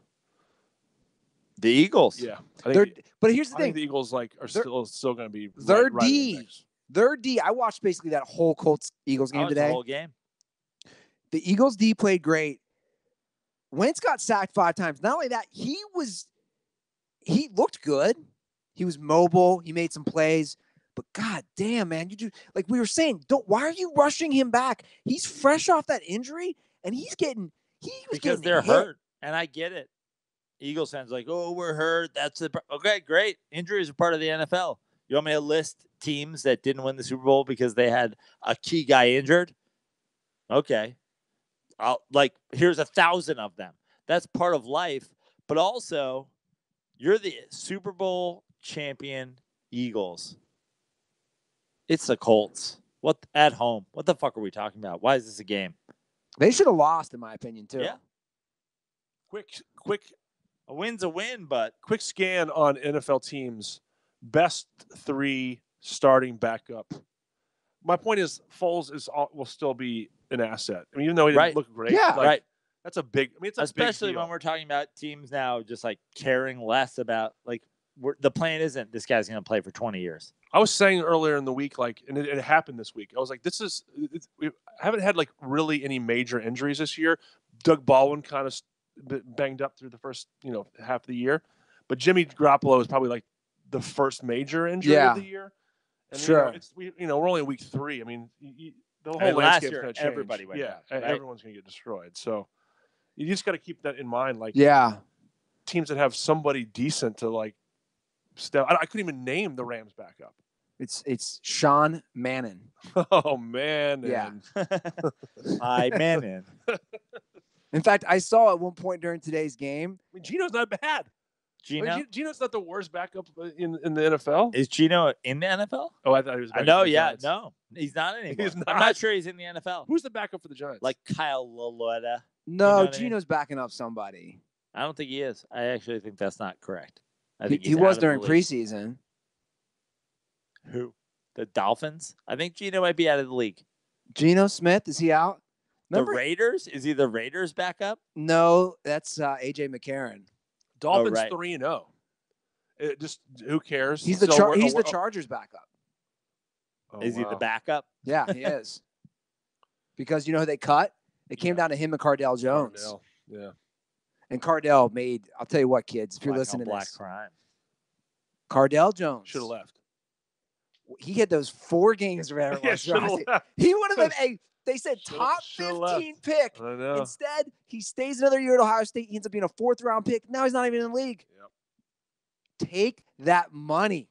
Oh, that was dumb. Yeah. Just go. Oh. Reminds me of Herschel going to the USFL. But you bring up a good point, though, about backups. I mean, Foles has to be.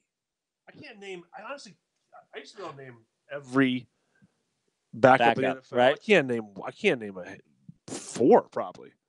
But that's the thing now. Kaiser, you're gonna played. go. I think you're gonna go back.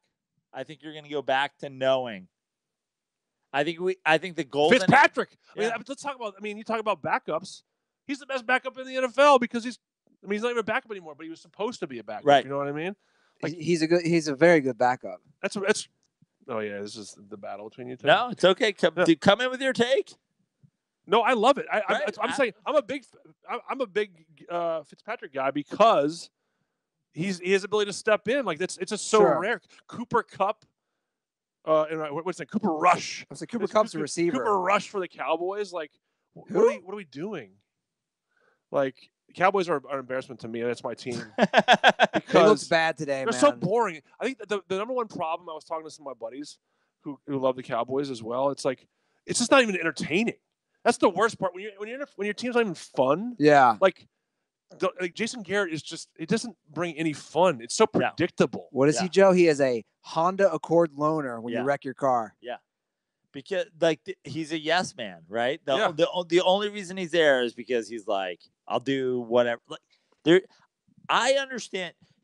Jason Garrett is the anti Ryan Fitzpatrick. Like, he went to Princeton. He must know what's going on. I agree. I can't believe that he's not more have more ingenuity. Right? It'd be interesting. It's like when we hang out with Tug and Tommy, I'm always like, Tommy went to Princeton, but who cares? Tug clearly knows what's happening. Tommy's a lost actor, That's right. Ivy League fucking actor. That's right. William and Mary. This guy's the smart one of the duo. Yeah. You know what Transfer I mean? to Virginia. The digs at Tommy. No, that's right. He's not here. He's not here to defend himself. Princeton. I think Princeton's admissions department for years has just been lost. I don't think they know what they're doing. Harvard's getting the Ryan Fitzpatricks of the world, and Princeton's getting who? The Jason Garretts and the Tommy Deweys? What are we doing here? The other thing I'll say is about the Cowboys, and I said it earlier, but it bothers me because Dak and Zeke are both on these rookie deals that we've been talking about all day. The Dean Canes. And it's the only team that doesn't do anything. Like, they don't add anybody. Cole Beasley's your number one, man. It's not really because he's hurt, right? Yeah, he played. Tavon Austin, who the Rams basically put out. They just put him out. Like, we don't want to. Hey, we could have drafted Calvin Ridley, who had 3 touchdowns today. He looked great. Let's talk about that game. Let's talk about the Falcons and the Saints. Breeze breaks Brett Favre's all-time completion record. Throws for almost 400 yards, 5 touchdowns, and had a badass rushing touchdown, spin move. Breeze is great. He's ageless. Yeah. Hooray for Breeze. I mean, it's honestly a shame that the thing on Breeze's face doesn't have an MVP at this point. You know what I mean? Like, that's an MVP right there. No, but he is a guy. Purdue. I remember him playing at Purdue. San Diego. Like, perfect example of a guy who's like out of nowhere and then build it around him. But giving him $20 million, you know what I mean? Like, this goes back to what we were talking about. Oh, yeah. Do you want your quarterback to be the best? Do you want your quarterback to pass for the most yards? I'm not sure you do. You know what? More owners probably not going to win the Super Bowl. More owners should say, like, listen, I need you to take a pay cut and then do more ads. Yeah, like, make your own money on the side, because if you want to win, we'll put you on the like score. We'll put you on the program. Yeah, the Mercedes-Benz Breeze, but Superdome. We're going to give you this much less. You know, that's the one mistake. Didn't Nick Saban decide to go with Culpepper over Breeze? Oh, in Miami. Miami, probably. That's his one blemish. Yeah. Freaking Nick Saban. Because isn't that right? Everybody's he's a genius, he just finances. Yeah. It's like how Saban picked Culpepper over. It's like how in Miami. Dustin Hoffman's character in Rain Man, like, he gets everything, but it's like, how do you make change for $1? And he's like lost. Yeah. You know what I mean? Nick Saban is Rain Man, basically. Will we ever see Nick Saban in the NFL again? I thought 0% chance. You might, because he's won 4 titles now? 4. Yeah. Well, Tommy would know that. Yeah, he's won 4. So you think, what more can you accomplish? Man, the Tommy shade. By the way, Tommy Dewey, one of my favorite people Great guy. walking the earth. Yeah, He'll it's never fine. hear this, Casual. so it's Yeah, all he'll good. never I listen. know. Yeah. The guy's on a fucking major TV show. The idea that of him listening to Was. Tug on a podcast. He's a free agent now. Yeah. He's a free agent. Hey, Saying that to the producers out there. don't you diss Tommy, because you already know we have the plan of doing the first ever bicycle podcast. I'm 100% sure it's not the first ever, but you should go for it either way. Has anyone ever done a bicycle podcast? Probably fucking. Riding from here to downtown? Well, that specifically, probably not. Just saying. Groundbreaking. You're like one guy from Princeton, one guy from St. Louis University has ever been done. Hasn't been done. John Gruden. When's he going to get his first win? He has the Browns next week. Dude, here's my thing with Gruden. You lost, bro. Like the 10 years, they could have won it the last 2 games. Like today, you're like, what is Carr? We talked about Carr, Prano. Did you watch the interception? Dude, I watched it happen. But I didn't, but I'm out. It They're- doesn't matter. they're- At this point, I'm just saying. Gruden. They're down 21-17. Did you see it, Doug? They're marching. I had the game on. They're marching down under 3 minutes within the 10-yard line. You go, oh shit, they're gonna score a touchdown, take the lead here at the end of the game. Carr throws an awful interception. Good. Carr sucks. Everybody sell on him. Never give him another contract. Let's let the Giants sign him. Cut him. Let the Giants sign him. Give me him for nothing. Let's go. It's like, But you're a big Bill Simmons guy. yeah. And I know I don't listen to as much, but my one buddy was saying Simmons is very critical of Carr. Oh, great. I'm glad Bill Simmons can get fucking Ethan Hawke and Steve Nash and President Obama to sit down. And I'm a fan of podcasts. Like Bill Simmons will go, hey, Kurt Russell, let's start from the beginning of your IMDb and go to the end of it. I'm like, cool. What Bill Simmons thinks Tom Brady's the GOAT. So Bill Simmons' fucking rankings mean goddamn nothing to me. But this is where I'm confused, because you like Simmons. You talk about Simmons. Yeah. Great. Fuck. He's got an incredible podcast. He gets incredible guests. He went to my high school. Great. He also loves Kyrie and thinks Jordan's the best ever. So, I mean, there are limits to how big. Like, I don't just subscribe to what everybody subscribes to. I think Derek Carr is Matthew Stafford to me. I see it. There's something about the je ne sais quoi of a quarterback, and I think he has it. Great. What does that mean in French? Is that French? I don't know what. Yeah. What does that mean? I don't know what. It's a certain something you can't Yeah. describe. That's what it translates to? Not a little translation, but Yes, I don't know what. I believe is. I got to use that on a girl I sometime, believe it's somehow. I don't know what is the literal translation. So great, but like again, we've talked about it's all about value, right? What I like Derek Carr a lot. If you told me Derek Carr was going to be my quarterback for $60 million, I would say hard pass. I shall take unnamed rookie for $400,000 for the win, Alex. But therein lies football, I guess. You know, like I'll take him, but at what price? But I'll take here's why I'm out on John Gruden and the Raiders. I'll take Khalil Mack at any price.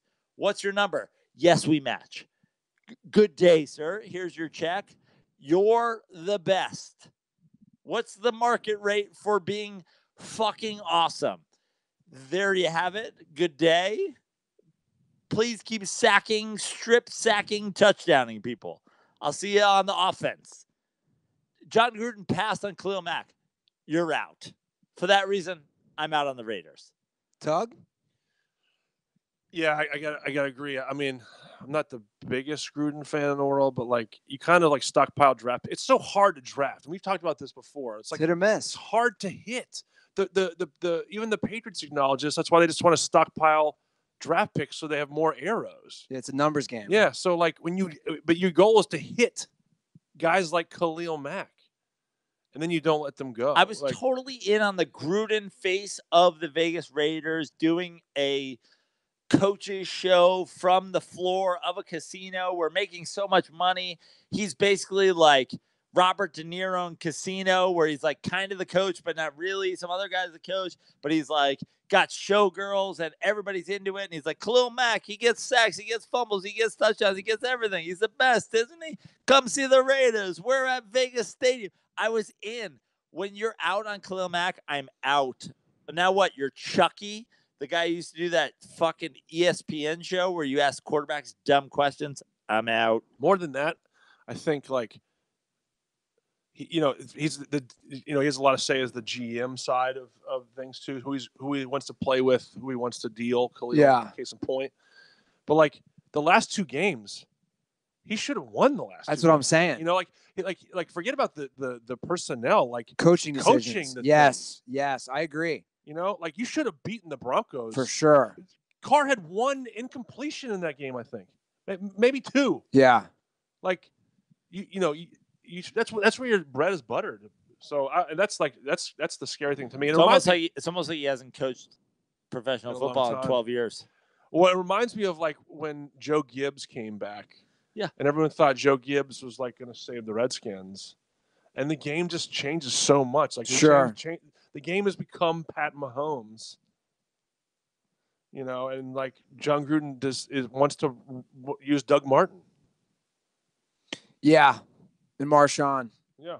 Not Marshawn's bad. Yeah. He's got to know when to use them. Like and that's the thing. Like you saw some improvement. Like let's start with this. If you have Marshawn Lynch and you have Doug Martin, and you have a smart quarterback, Jesus freak, Fresno fucking retard or not.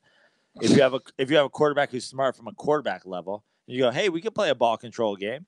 Keep your linebacker who murders people, right? He's like, I tackle everybody. Like we're gonna get rid of you. We're gonna really light it up. We're gonna light it up with fucking 36-year-old Marshawn Lynch and Doug Martin. Let's go. Well, basically, you talk about the game passing him by. Sean McVay, for example, is what John Gruden was 20 years ago. Like a visor and a dream. Like he's the new, like the Sean McVays, the Kyle Shanahans. Those are the new offensive geniuses. And from what I've seen of the Raiders, you're exactly right. The play calling is like, oh, dive off right tackle with Marshawn Lynch. Oh, dive Doug Martin. Then we're just going to run a basic pass play. It's like, dude, you have some weapons. Use them. Well, Amari is. I was just going to say. Amari has, he drops some balls. He doesn't have the best hands. But against the Broncos, he goes for 100+. Yeah. They use him in different, places on the field.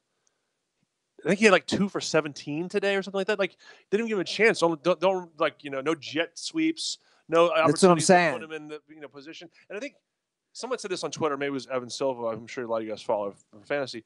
But like, there's such a dichotomy between like guys. There's such a dichotomy between like old school and like the Jason Garretts and the Grudens. Yes. And even like Andy Reid, we still don't trust him.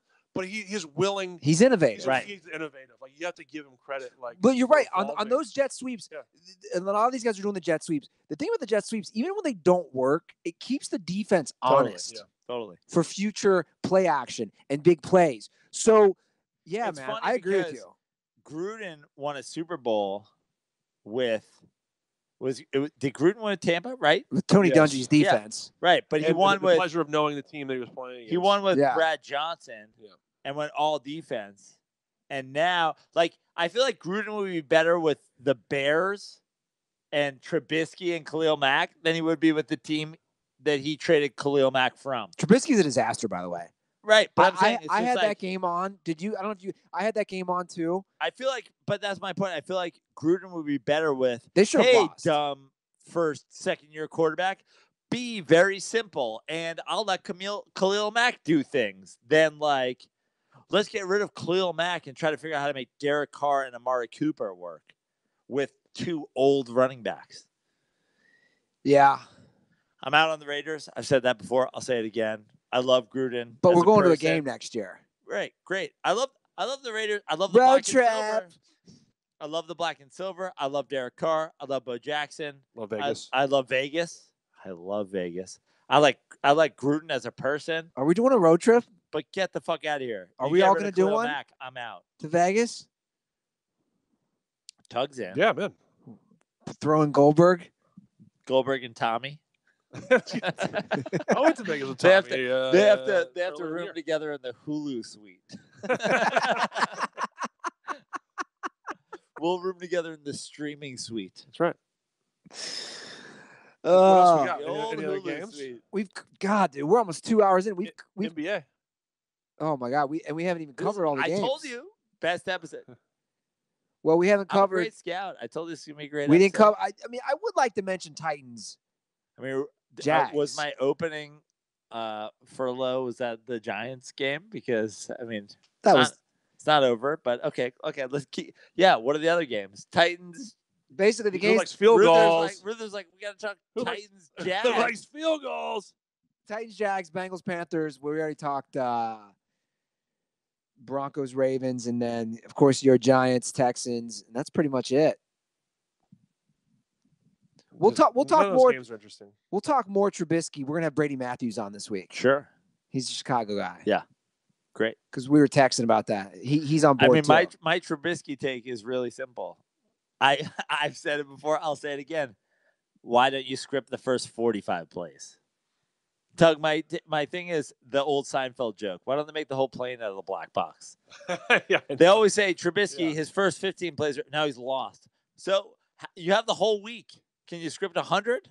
How many can you script? I think Nagy's really good. I think it's not a good look right now when you trade up to get Trubisky with our boy Mahomes still lurking like 8 picks later. Right. That's just going to be tough. Yeah. For a long, long time. But again, this is the ultimate, judging guys by like the Chiefs are loaded, right? The Bears aren't, The Bears aren't far off. but offensively, They're not far off. Allen Robinson, Anthony Miller's a good rookie. mean, Jordan Howard and Cohen, like the, it's not a bad the team. Chiefs are like a 4x100 Trey Burton. fucking relay team, and you're talking about Allen Robinson, Blake Bortles cast aside, Allen Robinson. Tyreek's a freak, but I'm just saying the Bears aren't like the Cowboys. No, totally, but like.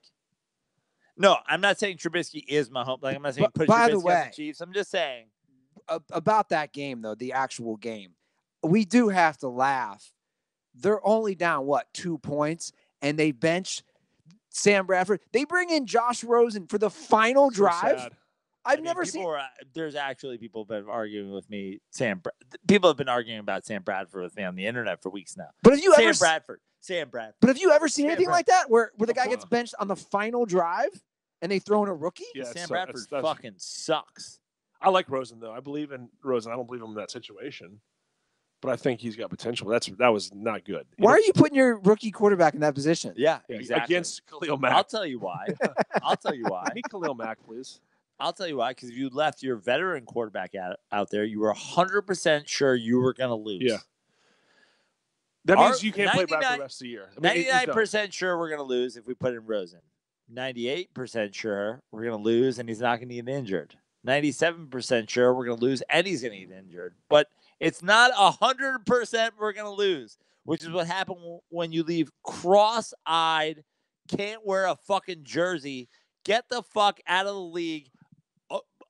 Oklahoma should owe NFL teams money. Sam Bradford, get the fuck out of here. This is a joke. Sam Bradford stinks. I've said before, I hate saying that. No, he's not. Sam Bradford's actually not better at quarterback But than you I am can't at things you in my can't life. go I'm back- better at comedy than Sam Bradford is at quarterback. Fact. Josh Rosen has to play now because Sam Bradford. Yeah. Like you can't be like, oh yeah, we want you to we didn't believe in you when we had a chance to win the game, and go to 1-2. But we still want you to start next week when we're 0-3. I totally That agree. makes no sense. You can't go back to Yeah, Bradford it's now. over. What? It's over. Can you imagine being the coach that goes back to him and was like, we took him out for the fourth quarter, the 2-minute drill, because we thought no chance we would win with him, but we're going back to him next week. Well, it's basically what the Bills had to do last year when they were in the playoffs. And the dude took a dump. He threw 5 interceptions. Peterman. And by the way, they went back to him. They traded Tyrod Taylor They and did. started Peterman in week 1. So they did do that. That's true. That's up there. I know. I know we talked about poop Taylor socks. sucks. But I was just gonna say the Tyrod Taylor defenders. I went back and forth with somebody forever on Twitter after that night, and he's thrown. I You can't. know who I'd want Tyrod Taylor to be the quarterback of right now? Virginia Tech. That's it. Cool, dude. Would they have beaten Old Dominion? Maybe. Plus 29. Maybe. That's your old conference, right? Tyrod did take them to the playoffs last year. No, see, that's where the argument started with me and that kid. He used the exact same verbiage, took them. And my response was, did he, or did a very good defense and LaShawn McCoy rushing for 1,100 yards? And he just was steady. To me, the verbiage is huge there. Take them. Are you saying he's the worst quarterback in the NFL? No, I'm saying when I hear that Tyrod Taylor took them to the playoffs, it was he did don't fuck up. He threw 18 touchdown passes. Did you watch that? How many you run for? I don't know. Did you watch that playoff But their game? coach decided in week 12. That's what I'm saying. We're not going to win a playoff not game. Win the Super Bowl with this guy. Let's try anybody else. Yeah, I know. I'm just sort of like throwing it out there. Tug Tanner. Let's see what you can do, buddy. Tug Tanner was number 1. You're playing in San Diego with the Bills. Let's see what happens. That was unbelievable. That was like the HIV/AIDS game of NFL playoff history. I'm higher on Trubisky than most. I've seen some good throws out of him, but like Nagy needs to pull like Sean McVay and like basically tell him the play and the audible. But here's the thing: he's got Trubisky and Mac. So you've got 4 years, right, or 2, 3. That's right. You basically have rookie contract Trubisky with the best player on defense in the league. They got top 6 linebacker, right? Like I forget his name. Hey, Vikings got Kirk Cousins. Rodgers might get hurt. This is our move. This is our chance. I think Rodgers might die this year. Rodgers is hurt. I mean, yeah. Again, Rodgers. The Bears are in first place, guys. Right. I get it. Like, even with all this being said, and they should have beat the Packers. I mean, they didn't, but that is amazing. We talk about Jimmy Butler.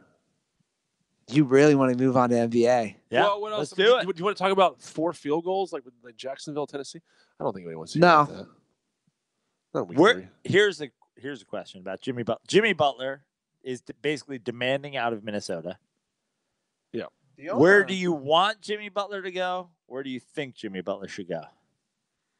And do you have an answer for these? I mean, I know where I want him to go. I'd love him to go to the New York Knicks. Perfect. Do you love Jimmy? I mean, I don't love him. I'm not high. I don't love Jimmy. I think he's a pretty cool guy. Jimmy Butler is the kind of guy who, and I was just talking about this. Jimmy Butler should not start thinking that he is going to go somewhere with Kawhi and then add one more piece and then they're contenders. It's like, you're not that good. He's not that good. Either go somewhere where your amount of talent makes them significantly better now and try to then blow up to go to an actual contender, or go to fucking Houston and like but like Houston already made their bed with Carmelo, so it's not going there. You know what I mean? So to me, Jimmy Butler, like the idea that Jimmy Butler wants to come to the Clippers, then what, dude? Cool. Your life sucks. Well, do you guys know the supposed story which Karl Anthony Towns denied? Yes. That Jimmy Butler banged Karl Anthony Towns' girl. Yeah. Karl Anthony Towns denied this, or Jimmy Butler denied it? Karl Anthony Towns denied it on Twitter. Yeah. He did like laughing emojis. Speaking of Bill Simmons, you've accused me of being a Bill Simmons guy. God, he's so defensive. No. I like Simmons. Yeah. I do. But I like Simmons in that, again, he gets guests and he stays It's out an of the way. entertaining show versus... He stays out of the way. Yeah. Have an actor on. Start from his IMDb beginning, go to his end. Great.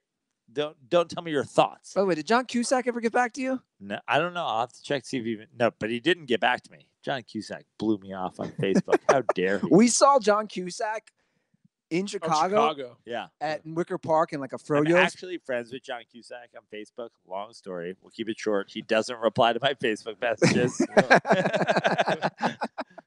So we saw him, and Prano goes, "I'm Facebook friends with John Cusack. I'm gonna send him a message, see if he'll do my podcast." Nothing. How dare you? Rude. Anyway, my point so then is, Prano went outside his condo and held up a radio. yeah, and just played. In your eyes. I just played the Dirty Sports theme song. Andy Ruther and Joe Prano. Welcome. I'm holding it up there on a Hitachi. I would love to see. I would love to see the percentage of dirtballs who are getting these references. Yeah. True. You know, here's a fun fact. Back in the day, I was at a Halloween party at my own apartment. So a girl. Sure, but not at your own Halloween party. We were throwing a Halloween party, right? Where is this? At the 131 in Brooklyn, and I dressed up as John Cusack from Say Anything, trench coat. I had the Lloyd warm-up Dobler pants. Yeah, is the name. Lloyd Dobler. Yep. Had the duct tape on there, had the boombox, and this girl was like, "I don't know what you are," and I pressed my tape and I put it up and I played and she goes, "I still don't know what you are," and I was like, "How old are you?" This is 15 years ago now. And she's like, "This old." I'm like, she was 19 at the time or whatever. And So we had sex with her. yeah, I dated her for 2 years. Cheated on her. Yeah, I Call back. I dated her and I cheated on her. But the point is, we're 20 years removed from models not knowing. I gotta pull Lloyd that Dobler. clip. Do we know what part of the show that we need a I goddamn can't wait. intern? Good. Show it to everybody. You can't come to the Dirty Sports YouTube live or the Twitter feed and say Joe Prano's up there talking bullshit. I'm here telling the truth. That's right. Cheated on all of you. Each and every last one of you. It happened. Let's talk about it. I love just the openness and honesty of this show. Yeah. Right. I mean, You don't wear this mustache if you're playing around. You know what I mean? You lay it on the folks. my response always is define cheating. Yeah. My response to that is we were clearly in a committed relationship and I had sex with someone else. That's the definition of cheating. Put my P in her V even though we were committed. And that's why our fans are called dirtballs. That's right. They follow the chosen Joe Prano. Then people go, Joe Prano, what a fraud. Loves LeBron. What a fraud. Fuck you, Boonstra. Your dad hates you. That's why he likes Jack Nicklaus. Jesus. I do like drunk Prano. Yeah. What do you think, Tug? Yeah. But super entertaining. Fucking Right? poop sock. Yeah. Drunk Hope Prano somebody versus sober flies into Prano. that fucking aircraft carrier. You know what I mean? I mean, he's wishing death upon a fucking I hope airman. it's a fucking USS falls into the ocean. That's what I You're hope. just back at baseball practice and you're just like lobbing the ball Yeah. on the side and let Prano's just like, Yeah. I mean, we really need this. We really need this Vegas. But trip. anyway, where do you want Jimmy Butler to go, and where do you hope he goes? it was disappointing to me that he wants to go to Clippers, Knicks, or Nets. Like that just shows me like he doesn't care about winning. what's he in? Right. What's he in for? Right. Like, Not I'm winning. into the Knicks. Like Yeah. the Knicks, the only one of those that makes sense to me. especially next year if Kyrie is really talking about. By like, the way, I this want was- nothing to do with I had Kyrie. a feeling you'd say that. I want nothing to do with Kyrie. And people came at me on the internet about that one. I want nothing to do with dribble first point guard. I want nothing to do with Uncle Drew. I want nothing to do with the guy who's like literally made a career out of being in old face dribbling a lot. Like I'm good. Yeah. I'm good on this. I want nothing to do with shoot first point guard, which is the one I should want. I mean, he was a big key to that title for Cleveland. I mean, Yeah, not as Sure. big a key as the greatest player of all time, but a big key nonetheless. I don't think LeBron wins that without. He wins it with fucking. You want 30 other people he wins it with? Where do you want me to start? I mean, Reggie LeBron's- Miller. Well, You know, like what level of success in the NBA doesn't he win it with as his second banana? I meant it less. Like LeBron's awesome. It's like Kyrie was unbelievable in that series. Great. but- He's great. It's great. They made the finals without him the year before. Like, you know what I mean? Like, No, they did. He got hurt. yeah, He- and then like, LeBron he went was 45, 15, and 12 in the finals, and they lost in like let's agree that there was a lot of people that could have done the Kyrie role on that team. What was Kyrie doing? Playing a lot of defense? What do we need now? What do we need now? A guy who's getting big buckets? The year they won the title, man. Tug's right. Okay. Kyrie Serious question. If it's Jamal Crawford, are they still winning? No. Stupid. Probably more consistent a scorer, just as lackadaisical on defense, but probably a more consistent scorer and shooter. If that's Jamal Crawford, doesn't they even win. start. Maybe shooter, but like That's neither here nor there. they both shoot equally, but Kyrie gets to the rim better than Jamal. Exactly. Gross. Come on. Kyrie's the best below the rim finisher since Isaiah. I mean, like, or maybe Iverson, but Iverson, you know. And how does that play out over the course of a final series? He had what, a 40-point game? I don't know. And hit a big shot in game 7? He hit the big shot. You just hate. Well, first of all, it was tied. You just hate him because he thinks the Earth is flat. Hold on a second. I mean, Hold on a second.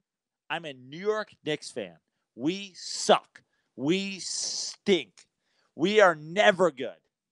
We have an all-NBA guy who says, rumored, Woj is saying, wants to come to the Knicks, and I'm some sort of Kyrie hater? Why? I don't want my team to be good? You tell me. Because he's a fucking dribble machine, shoot first point guard. Goodbye. No, thank you. Give me Knox and Porzingis and Frank Ntilikina and give me Clay for half the money. Give me Clay. Thank you. I'll take Clay for half the money. I love Clay. So, look, I'm a Boston Celtics fan. I can't say anything bad about Kyrie. Well, you can. You can say he didn't play wasn't even in the building for Game 7 of the Eastern Conference Finals. That was tough. Again. Kyrie wants no part of Boston. Yeah, that was tough. The Kyrie LeBron deal will be debated for years. Not really, except by me. Who won? Well, the team that kept winning, and not the team whose guy wasn't there, was instead getting plastic surgery in Game 7. The best availability, Tug. Very good. We called you at 9 p.m. You showed up at 9:05. You were here. Yes. Where's Tommy Dewey and his Kyrie having fucking nose job Hulu ass? You know what I mean? What is going on? I'm just saying. You answered the bell. You know what I mean? My answer to Jimmy Butler is I don't really care where he goes because I'm probably where you are. I'm not as in love with Jimmy Butler as. But if you went to Philly, that's interesting. It is interesting. If you went to Houston, if you went to the Lakers. Did you guys talk about the Elton Brand GM? It's so that to me is a very weird move. When I think we're in the age of analytics. How long has Elton Brand been working for the Sixers? Elton Brand is like, I know the contracts you shouldn't give because I am the contracts you shouldn't give. Never give an Elton Brand contract. I actually know the specifics of the deal you gave me, and I promise to never give those deals, and we'll be good. They're like, we should give Embiid $100 million. He's like, no, that doesn't work. Look at him. He will shred his knee instantly. We shall not give. I love that you think that's a Joel Embiid contract, but it's actually an Elton Brand contract. And no, we won't do that. Because you know what? He's going to piss it away anyway, and they're going to make him looking for a free agent job or a front office job. And here I am. I'm not giving any Elton Brand deals. I mean, who knows if he'll be any good, but I got to feel like a lot of NBA calls are going to be going into the Sixers in the next 3 months. Hey, how about, you know what I mean? What's his deal? Was he working for them? He's the general GM. I know he's the GM now. I follow So that. he sort of works. I said, was he before he was hired? I can't answer I that. have no idea. Yeah. Was he in player personnel and worked his way up or some shit? Yeah, he's the guy that signed JJ Redick. He was writing some of the writing some of the tweets. Is that one of those things where they just say, "Oh, you went to Duke 2 years. You're smart. Be our GM." Yeah. Like, how's this work out? I have no idea, but terrible decision. Unless, again, he's not going to give out any Elton Brand deals. Then great. There's probably, there's more GM former players in the NBA than in the NFL, right? I mean, Ozzie Newsome, I think, is Baltimore. I can't think of a lot of other ones, but at least there's Elton Brand, there's Danny Ainge. I'm trying to think of some other players. Remember the Matt Millen era? That was great. Of course, yeah. That went over well. But I want to monitor more like how well these players transition. Ainge has like done it. I'm a big Ainge guy. I'm a big Ainge supporter. He's made some. We actually have an episode where I think you were like, "Is Danny Ainge overrated?" You were like, "How? Like, Wow. What move has he ever made?" Did I? Yeah. Or are you being sarcastic? I'm totally because serious. we did a more recent one where I was saying where has he missed, and then because then Dirtballs came at me and attacked me for that. Well, he did like dude. When I say okay, these guys miss sometimes, but I was saying overall.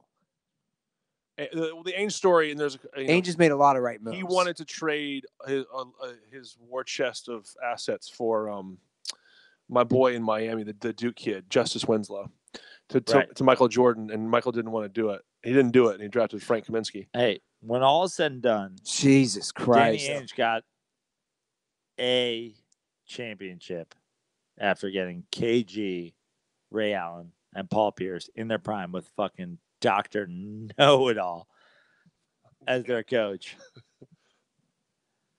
He's put together some competitors, but like you play to win the game. Yeah.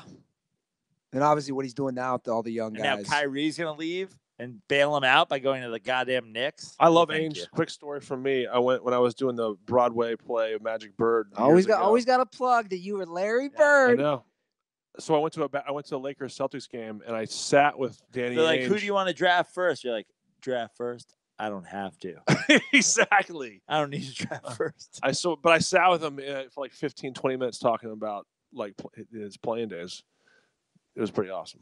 Danny Ainge? Yeah. What was this? I love that you gloss over the actual specifics of it. You're like, basically, I was asking about like, I was good. You're like, you were good. Yeah, really good. But he talked about, I said, what was his relationship with Larry? And he said that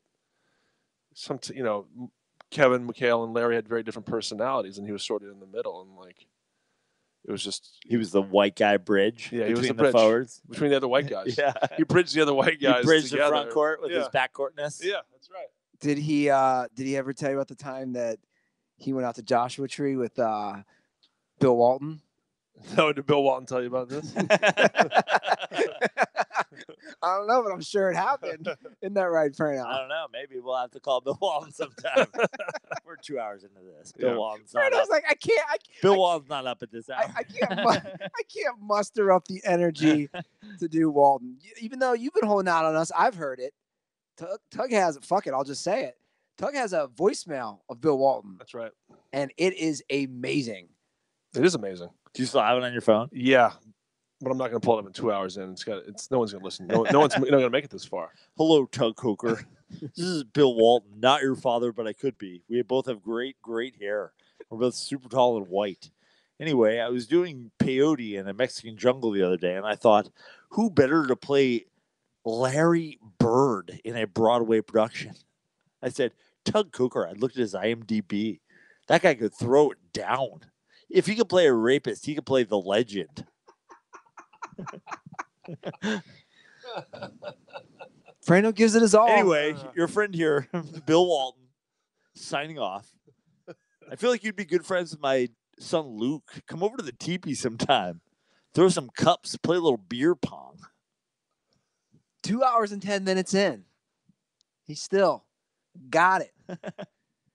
Joey No Chill. Guys, where else are we going from here? I do want to give a quick birthday You're shout wearing a red polo shirt. My eyes are red from smoking cannabis.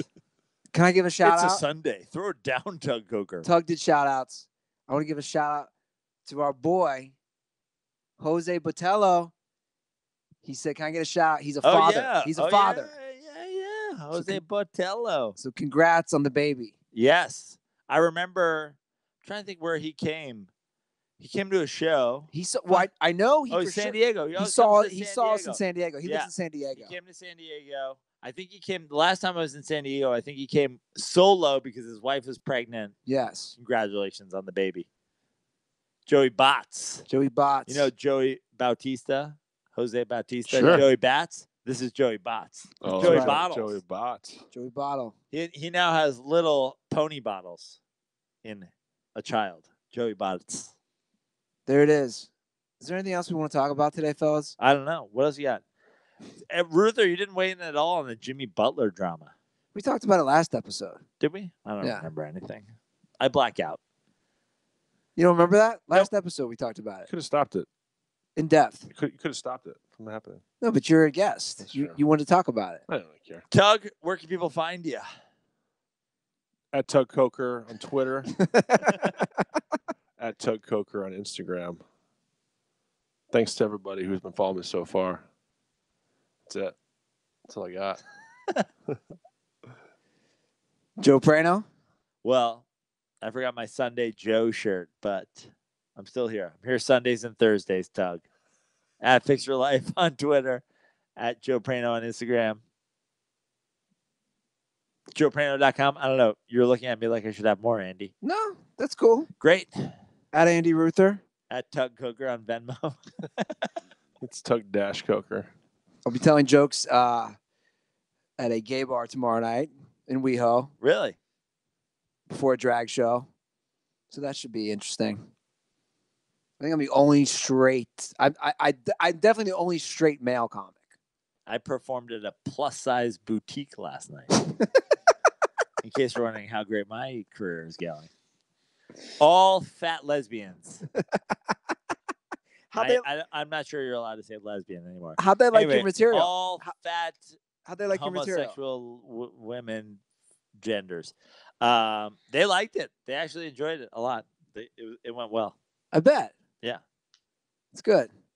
I'm a little torn, though, because I realized tomorrow's show is an early show in the middle of Fitzmagic. And I'm like, what am I doing? Because I doubt a gay bar in West Hollywood. Now, I don't want to judge. I mean, you never know. He does have that beard. He does have that Fitzmagic. So you think they might be playing it? They might be. Probably pretty anti-Ben Roethlisberger. Yeah. The wokeness of West Hollywood. But Fitzmagic, maybe. Well, guys, if you didn't see this live, it was a treat. Go on YouTube. Subscribe to us. Tug, are you glad you came? I'm really glad. Next time I do want to come back and talk to you all about Pamplona. And thanks to everyone for the tips out there on my trip back in July. You ran from bulls. I did. I know we didn't talk about that. Why? Next time. What do you mean next time? You survived, obviously. Yeah. I have some video. Did Tommy Dewey throw you in front of a bull, just serve you up? I've heard that. That's a classic Tommy Dewey. Is that what he move. did? I found him. He ducked We into should just call this episode Joe Prano Hates Tommy Dewey. Even though I love him. I love the guy. But I just been serving him up the whole episode. How close is he to Goldberg? His new place. like the house. As humans? As souls? He literally lives fucking like Team Hulu? 100 yards probably. I knew it was close. Yeah. Real close. I gotta pop over. He told me to pop over. He's just down the hill. He's like, hey, Tommy. I can see you. Is that your Princeton diploma? My girlfriend's from my ex-girlfriend, sorry, is from someplace kind of near Princeton. So if you can put that on a different wall, I can't sleep. Jesus Christ. She's from New Jersey as also. Oh, guys, we gave you a lot tonight. Just put it on your bed. That'd be great. We gave it all to you guys. Please leave an iTunes review. Let us know how much you appreciate it. Even if you think we're awful, awful people, Tiger Woods fans, give us a great review. Yeah.